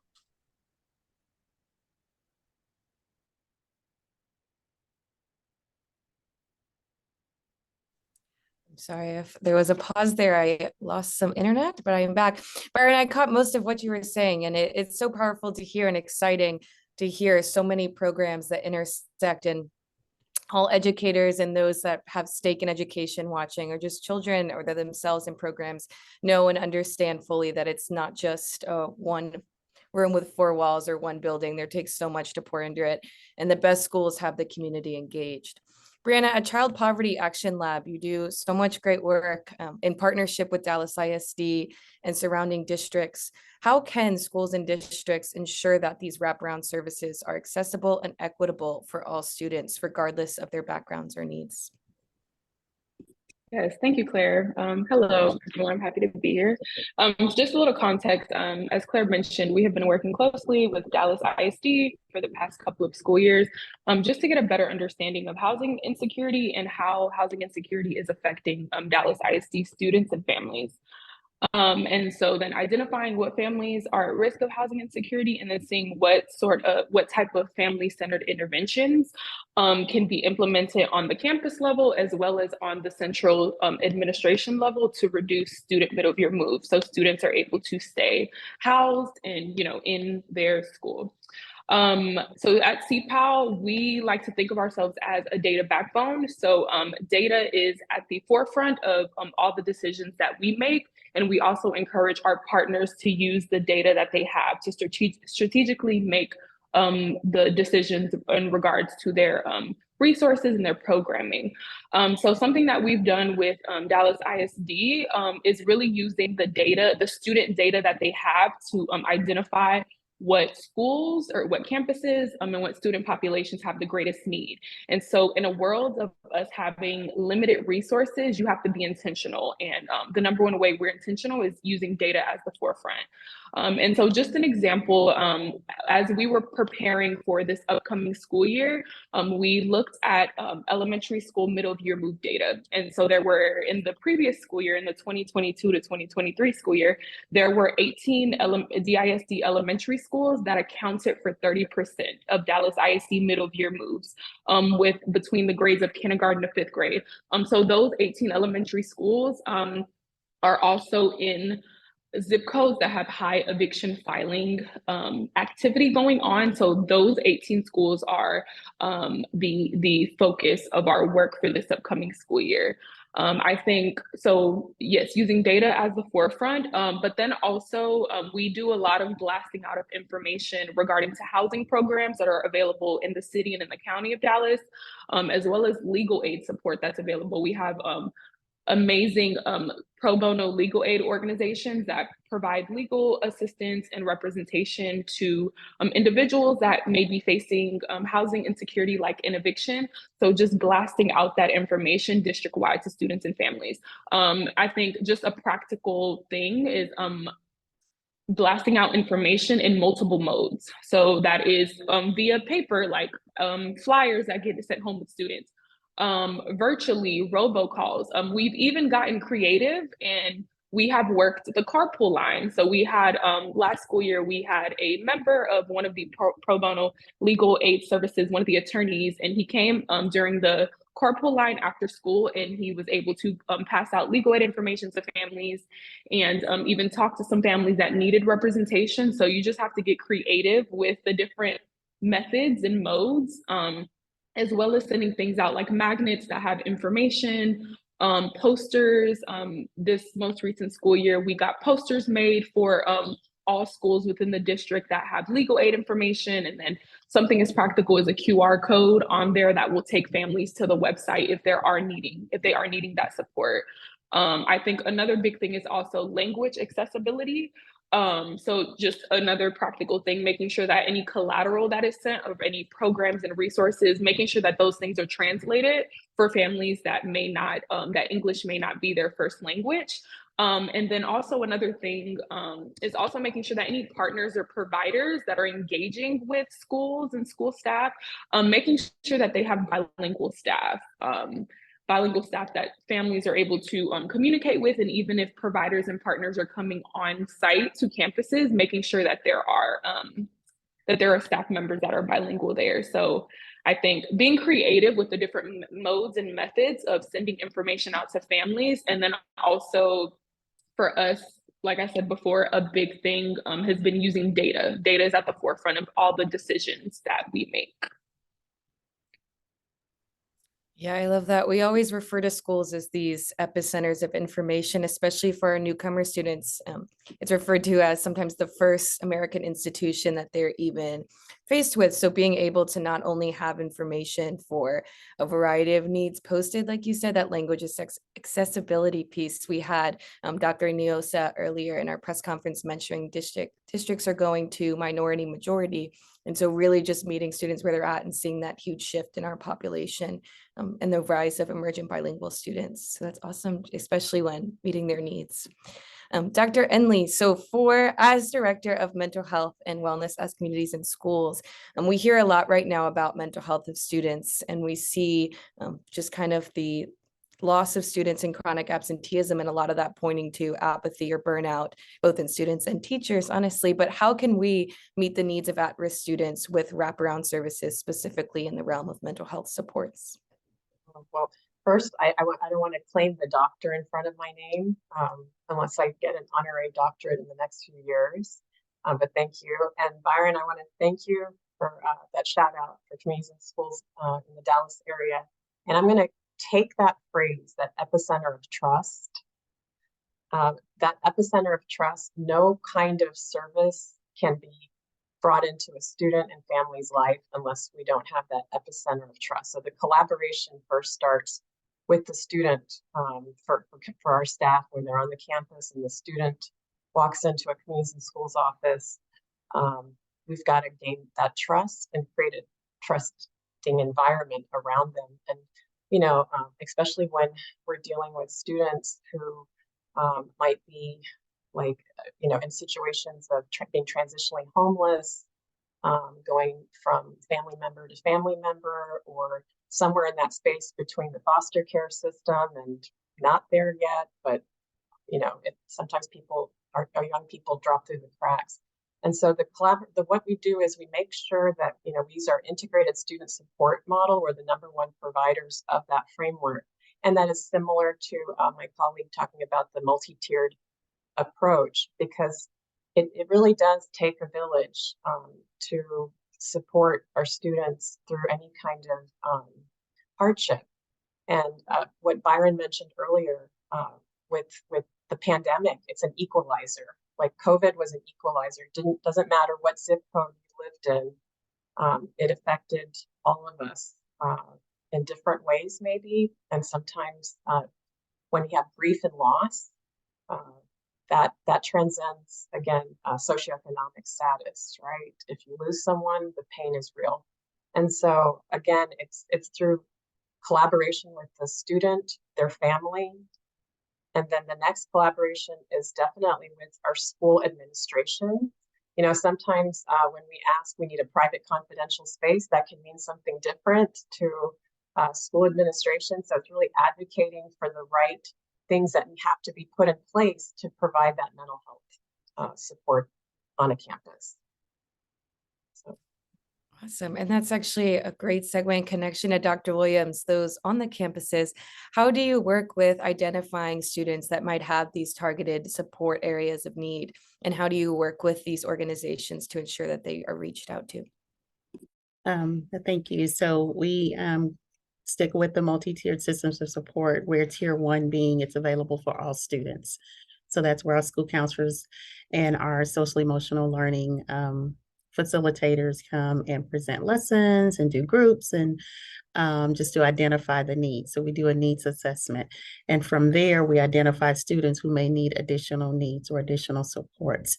So we utilize our licensed mental health professionals, and from there, they make referrals where our community mental health partners are a part of it. In Austin, we do work with communities and schools. We also work with the Christie Center. We have a lot of resources for our parents and caregivers that we connect our families with. So part of it is that monitoring list as we are identifying students. And we also receive information from parents. Of course, sometimes parents will let us know when things are going on, and we rely heavily on our teachers as well, because they spend most of the time with the students. And so there is a process where students have, teachers have an opportunity to let the school counselor know what's going on. So it's very cyclical, and it changes based on the needs of the students.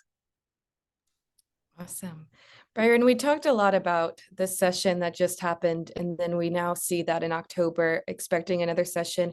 What are some ways that legislators or any stakeholder really can invest in these wraparound services and make sure they're not only sustained, but expanded in our state? They could just do what you just said, invest in these wraparound services and ensure that it's part of the part of code moving forward. I think one of the biggest challenges that we deal with whenever we start talking about wraparound services, we have a lot of grant fixes. We have a lot of funding cycles that can come in and create opportunities for here and there, some fairly significant investments, but in either a regional area or hyper-specific niche area or a timeline. I think one of the things that we have an opportunity to do, hopefully in this legislative session, or at least in the next, is for us to acknowledge that a young person's ability to thrive in life has a lot more to do with what happens between the four walls of a classroom. That is a whole child, that is a whole human being.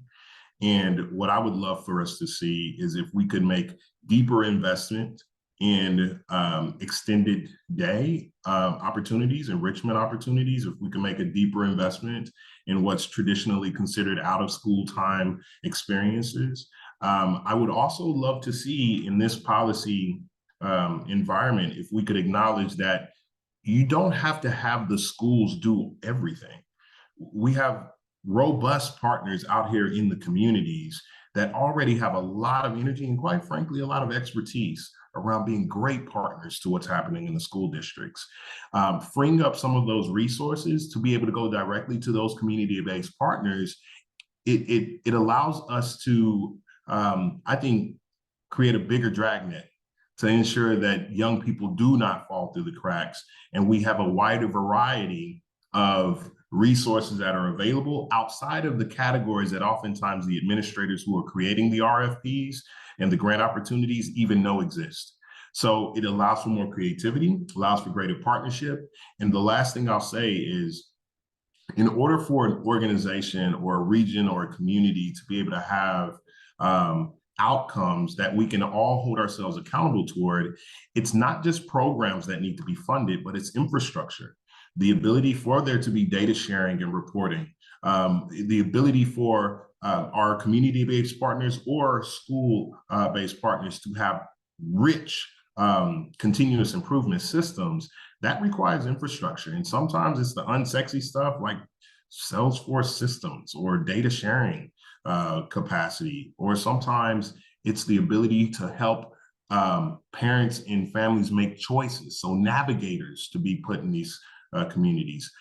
I think we need to start to think about resources and wraparounds outside of the things that end up being right in front of the students, but we've got to think about that entire infrastructure behind it too.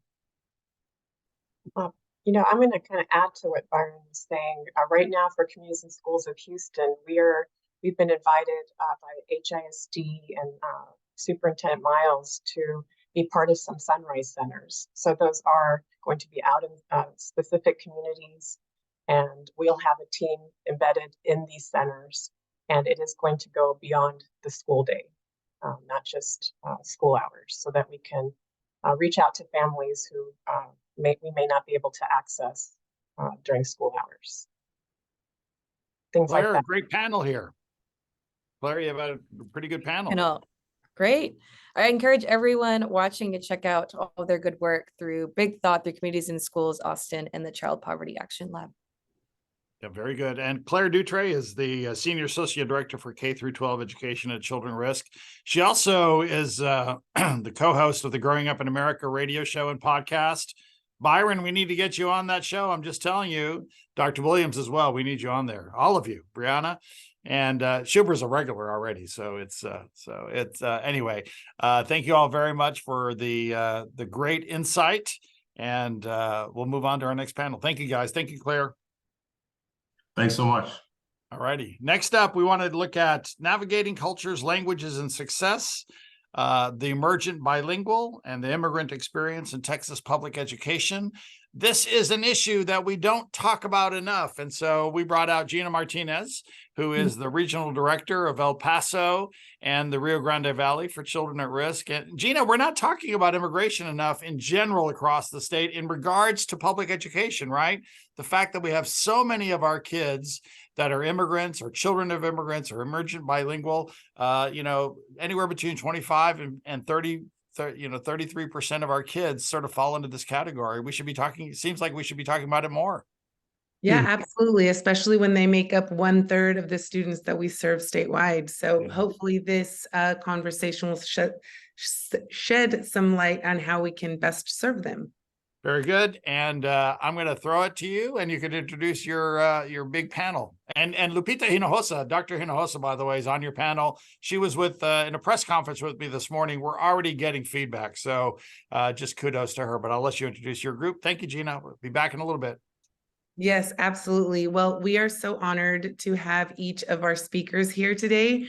We have Dr. Lupita Hinojosa, the superintendent of Spring ISD, Maria Silva, the director of academic language services at Canutillo ISD, and Adrian Yam, the interim senior early Head Start and Head Start director at Baker Ripley.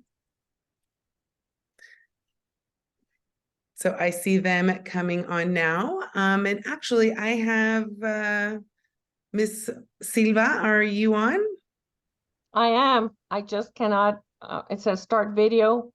You cannot start your videos. So there we go.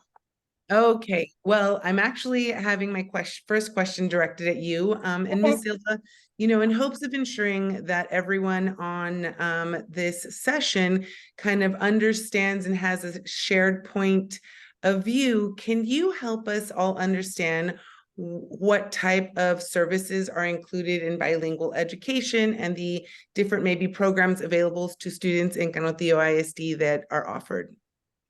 Yeah, well, the state has 4 different programs that districts could use. At Canutillo, we use the dual language program. And it's because research tells us that that's the most effective program when working with children that speak another language. We offer both the one-way and the two-way. One-way when all the children in one classroom speak one language, which is Spanish, and the two-way when we have children that speak English and Spanish in the same classroom, and they still participate in the dual language program. We offer the 50-50 model, and that is they receive 50% of the instruction in English, 50% of the instruction in Spanish.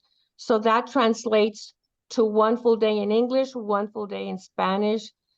We never repeat the instruction. It's scaffolded and goes in a continuum. So children throughout their elementary learn all the content in both languages. I'm sorry. Go No, ahead. you had mentioned that there's other programs. Can you fill us in on what some of the other options are? For middle and high school, we offer the English as a second language, where you might have teachers that speak Spanish, or you might have speakers that do not have teachers that do not speak Spanish, but they are trained on how to make the content comprehensible to students in English. And that's through the use of a lot of visuals, anchor charts, modeling, word walls, cooperative grouping is the ideal setting for these children. So there's a variety of activities that we train, and we're constantly providing professional development to teachers, not only in the dual language program, but also at the middle and high school with the ESL program. Well, thank you so much for sharing that with us and giving us kind of an overview of the different programs that could be offered at different school districts. Adriana, I'm going to shoot my next question to you. So as the interim senior early Head Start and Head Start director, how can early childhood education programs best support the linguistic and cultural diversity of immigrant families and their young children? We've heard a lot of, about belonging throughout this session. So I'm really interested to hear what your perspective is here. Well, thank you, Gina, and thank you for the invitation. And I've learned a lot. And I think I'd like to share with you that the early Head Start program, that started in 1965, has reached over, if I'm not mistaken, over 38 million children throughout its lifespan. So that program serves early Head Start, which is prenatal children, up to the pre-K children. It's a wraparound program, I would say, comprehensive services. We partner with Houston ISD, for example, in Houston. Baker Ripley manages 2 grants, one in Houston and one in Fort Bend. So to answer the question, I think that it starts with a culture of inclusiveness, something that I heard earlier. Most of the families that we serve are 75% the immigrant population. We have a large number of foreign-born parents, and we have a large number of newcomers and refugees in our program.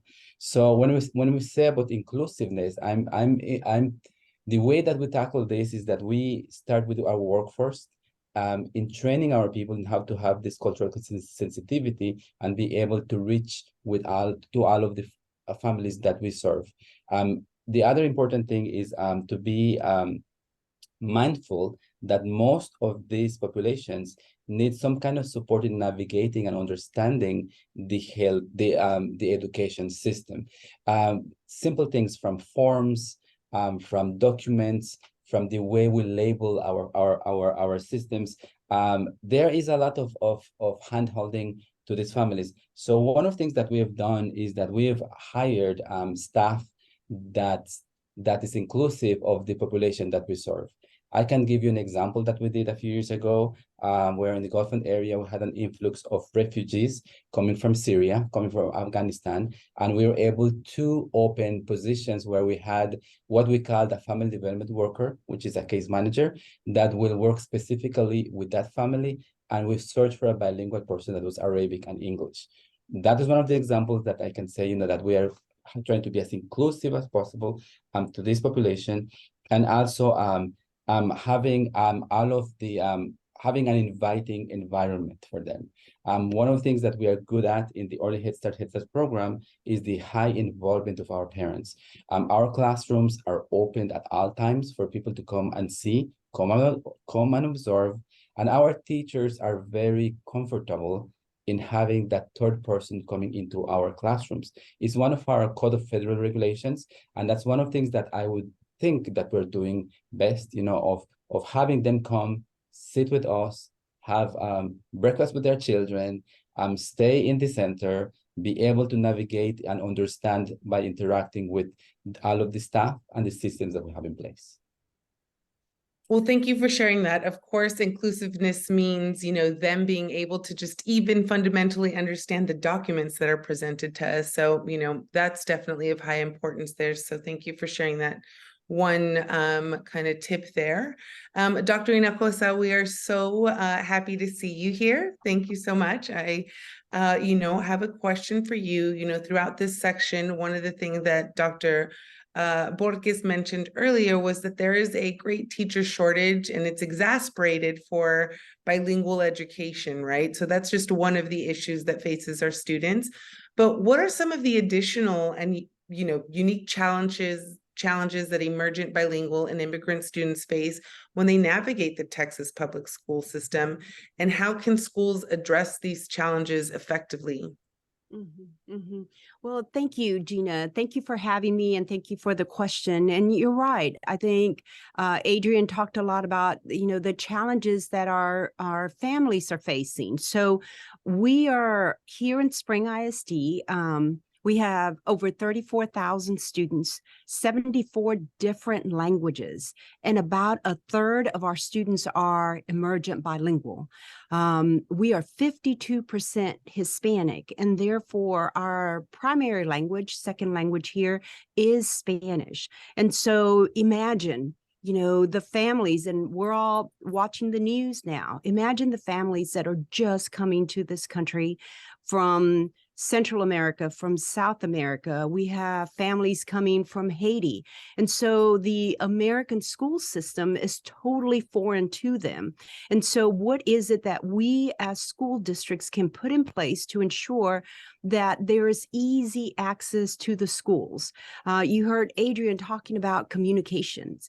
And that's the most important piece, is how do you make these families that are coming new into your district aware of the public schools that we have. Here in Spring ISD, we have 43 campuses. And so one thing is, if you go to our website, you'll see that all of our information is in English and Spanish, and you can toggle and translate those into many different languages. Number two is parents know that with their children, they have to take them to school.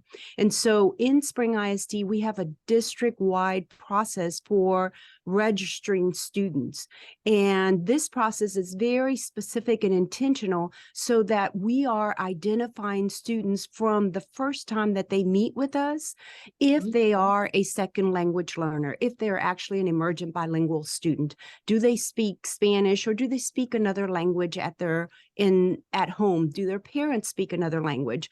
And so once we do the identification of the student as an emergent bilingual student, then we have systematized the services and supports that we provide them.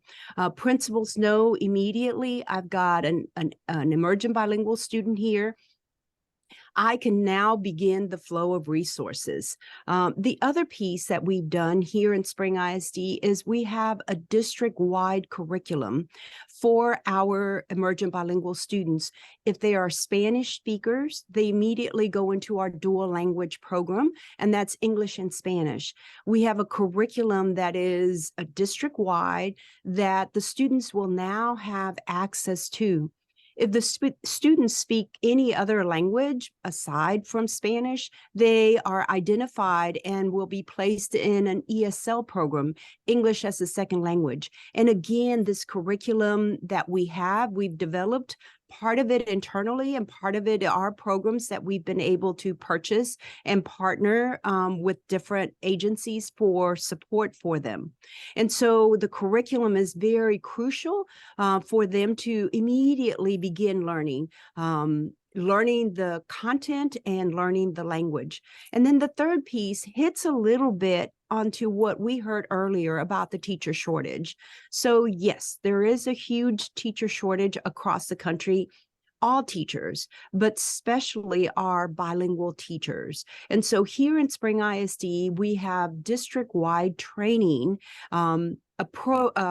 professional development that focuses on the dual language teachers and training them to be prepared to deliver the curriculum, to be able to connect with students, as well as ESL. So I believe that those three district-wide strategies that we have here in Spring ISD, the district-wide system for enrolling, registering students, and making sure that we correctly identify them and place them in the proper classes, a district-wide curriculum, whether it's in a dual language program or in an ESL program.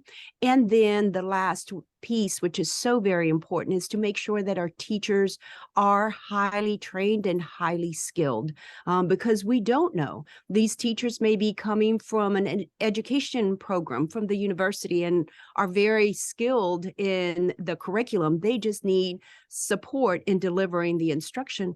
Or we may have teachers that are coming in through an alternative certification program. And so we want to make sure that we are providing excellent, equitable programming, instruction to all of our students. And we in Spring ISD definitely pride ourselves in being a district that is very diverse, that is able to support all students and their families, regardless of the language, the culture, or the country they come from.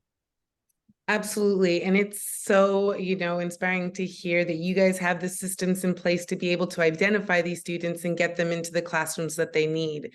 And so I'm going to kind of, shift the gear here, Maria, with you. So we're identifying the students. Now, what I'm interested in hearing about is what are some of those successful instructional strategies for language acquisition and academic success that you're seeing amongst our emergent bilingual students? Well, I think the main thing is validating the child's language, and we do that through the dual language program. Just the fact that the children know that their teacher speaks their native language has a huge impact. And like Dr. Hinojosa had just mentioned, having that specific professional development, I think the key is high quality professional development to teachers. And I just want to add, when we're training our dual language teachers, or the teachers that are doing the Spanish component, or if they're self-contained and they're doing both languages, professional development in Spanish for them, because we have a tendency of providing professional development and we give it in English and we expect them to translate and figure it out in Spanish. We saw that with science. Our students the children that are in the dual language are outperforming the monolingual English and the district state assessments across levels. But we were not there in science. And going back, talking to teachers, one of the things that they felt that the state assessment in science was way too elevated for them. It was university level vocabulary. We pulled out the last 5 science assessments from the state, and all the vocabulary words were cognates. So we realized that we needed to provide professional development science in Spanish so that our teachers could get used to that vocabulary and that way teach it to our kids. Some of the other strategies are, like I mentioned before, cooperative grouping, because our children, it lowers the affective filter. They're able to work in a group. They're able to share their ideas. Having hands-on activities, having a visual has a huge impact on children. Comprehension increases. Things as simple as using STEM sentences. Now, all of these strategies, having anchor charts and so forth, we see a lot of that at the elementary level. We don't see that at the middle and high school. So it's perceived that, we don't have time for that. That's kid stuff. but that kid stuff is what makes the content comprehensible for our students, even in middle and high school. The huge one, integrating the ALPS, not having teachers stand in front of the room and kind of lecture kids, but having them give the kids activities where they're able to listen, to speak, to read and write every day, not all in one area, but throughout the day. So we work on it. Like I tell my lead teacher, we're not specialists in science or in math, but we're specialists in integrating those strategies. So we work with teachers. We look at their lesson plans. We do not change the content at all because that's not our specialty, but we integrate strategies that can make the content comprehensible for kids. Some of the other strategies that we use are simple things like think, pair, share, giving the kids time to think, talk about it, and then share with the class.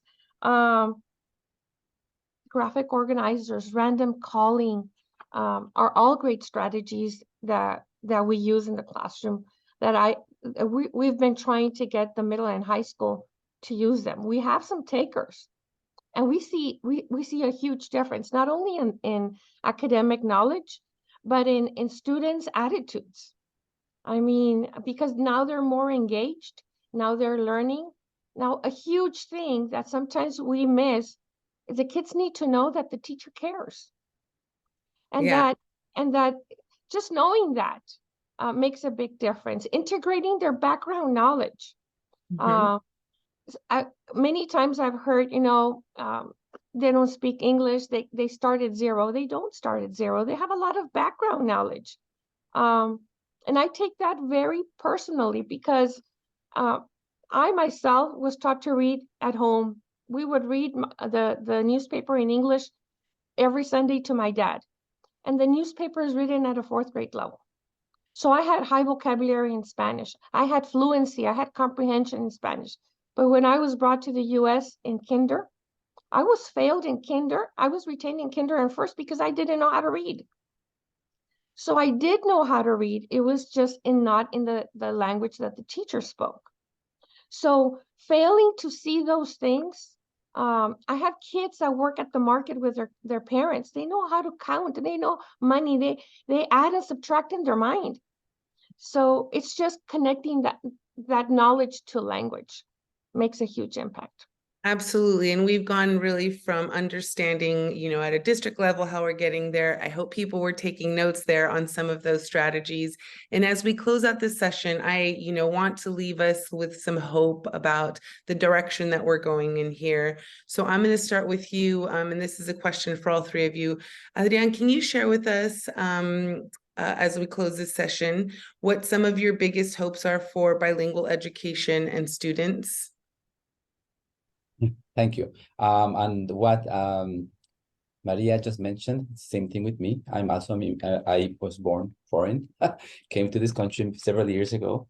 And then I think one of the things that I would like to see is I will bring back the concept of inclusiveness, of integration, what Dr. Hinojosa mentioned, the innovative practices that they are doing, that there is a sense of community with the people that are the organizations and people that are leading these organizations, that we are able to work not in silos, but work more connected with each other. What Maria just mentioned in her short narrative, there's many things that I was taking notes that I can use to improve what we're doing. So I think this is the value of conversations like this. And I just hope, in my opinion, that we continue here, because that could be the framework of what we do in the ground.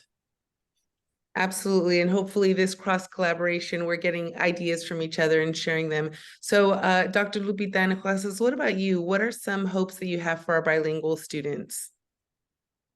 Definitely. Big hopes and big dreams, but also just very intentional strategies, very intentional in what we do. When I'm, listening to the discussion, you know, I want to really brag on Spring ISD. We are extremely fortunate in our district. We've got an amazing board that supports public education for all students. And 2 years ago, our board put out an equity statement. And this equity statement says excellent and equitable outcomes for all students, regardless of your language, your race, your religion, regardless of any of that. The expectation is that we provide that excellent, equitable education.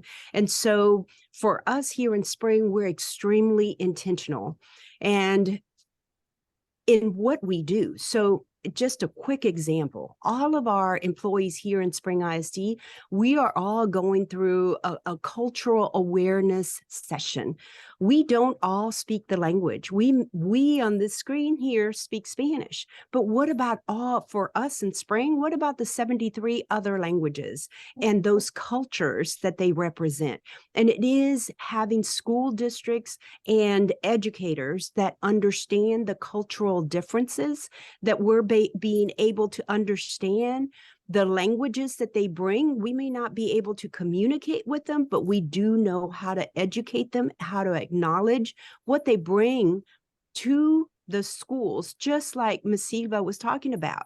You know, no one acknowledged everything that she brought to the table. And so that's what we work with our employees, our educators, everyone from the bus driver all the way to that principal, all the way to the superintendent.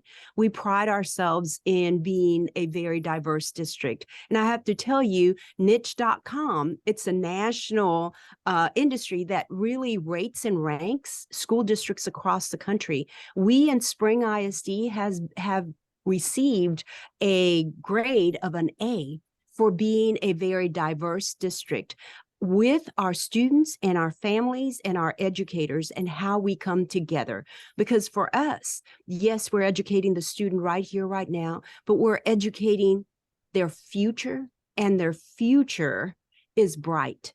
We believe that education is what transforms not only the life of this child, but the lives of the family and everyone that they impact. So I believe the future is bright for all of our emergent bilingual students, for all of the immigrant students that are choosing our district and that are choosing this country, because they're coming for a better future, and we as educators can provide them that better future. Well, thank you so much for continuing the fight towards equality for all of our students. Maria, we've got about 1 minute to wrap this up. So if you can leave us with your thoughts on hope and the direction you'd like to see our students going. I had two things come to my mind. I want our kids to be proud of who they are and what they bring to the table. We're right at the border, and sometimes they're embarrassed. I don't want to speak Spanish. I want to speak more English. I want to belong here. We have bullying from our Mexican or Hispanic kids to other kids because of the language. I want our kids to be proud and not be embarrassed to speak or eat or dress the way they do, because they should be proud of that, of their own identity. The second thing that comes to my mind, I want all our kids to be prepared, for me to know that we provided them the best education. Because if we provide that high quality education, it's their choice if they want to go to a university. It's not my choice. It's not our district. We have to provide the best quality of education so they can take the best route that fits their dreams. If they go to the university, they should not be taking remedial classes. They should be able to enter. We provided that high quality education. They should be able to enter. Less than 3% of Hispanic family children go to the university, and that doesn't mean they graduate. They just started. So my hope is for our kids to go to the university and be successful if that's the route that they want to take. It's not a decision for us to take or for counselors to take. So I take it very seriously, providing that high quality education to our students. Excellent. Thank you Gina, quite so a much. panel here, huh? You've had quite Yes. a panel. Very Absolutely. Pros in the field. I want to, Dr. Hinojosa, I wonder if I might ask one question. when we look across the state, obviously, if we were going to try to do some public policy, some state-based public policy on emergent bilingual kids, immigrant kids, we don't have a climate in our state right now where we're going to be able to pass some public policy at the state level. But it does seem that superintendents have a lot of ability to do stuff. Is there a network across the state for superintendents to be talking to each other and looking at best practices, or is that something that we need to develop? You know, we all form our own networks through our professional organization. So we have the Texas Association for School Administrators, where we do come together. However, looking specifically at the needs of emergent bilingual students and immigrant students, it's something that we need to put an emphasis on. And while our students are in our school districts, oftentimes they're the silent minority. And it's very easy to overlook them because they're new, they're not going to speak the language, they're very quiet. Normally, you know, from the countries that we're seeing a huge influx from, it's, you know, go to school, be quiet, don't talk, you know, just do what you need to do. And so it's a discussion that we need to have. The numbers are increasing. And so, yes, bringing superintendents together to say, what is it that you're doing in your district and what is working, so that we can share that across the state. At the end of the day, how we address our immigrant students and our emergent bilingual students is going to determine how the state of Texas succeeds or doesn't succeed. And the climate is not there, but we need to bring that to the forefront. And, you know, in so many cases around public education, parents are the squeaky wheels. But in this case, these are the parents most likely to not be squeaky wheels, right? I mean, these are the very parents that you don't really hear much from. And I'm not saying we need to, because there's a whole range of reasons why these parents don't want to be the squeaky wheel. But over time, that will need to change. And we'll need to see more happen. But I think the leadership on the part, and I'm happy to work with you, Dr. Hinojosa, but we need to do more around this, right, in terms of raising awareness among school leaders or what's going on. Gina, thank you very much. And thank you to the whole panel for being with us today here at this Education Summit. So as we wrap up the summit, guys, I just want to say thank you to each and every one of you who participated, everyone who's spoken. Thank you to all of our partners here at the Education Summit. I want to thank Claire Dutre and her whole team for putting the whole thing together. Eric Alcala did a great job here. So many people at the Children at Risk team that were part of this. So thank you all very much. There's so much to do in public education, but we have teams all over the state doing wonderful work. And so we hope that you'll join those teams and be a part of them. I think a lot of you already are, but there's a lot of work to be done. Thank you all very much, and keep up the great work. Thank you. Thank you. Thank you. Thank you, everybody.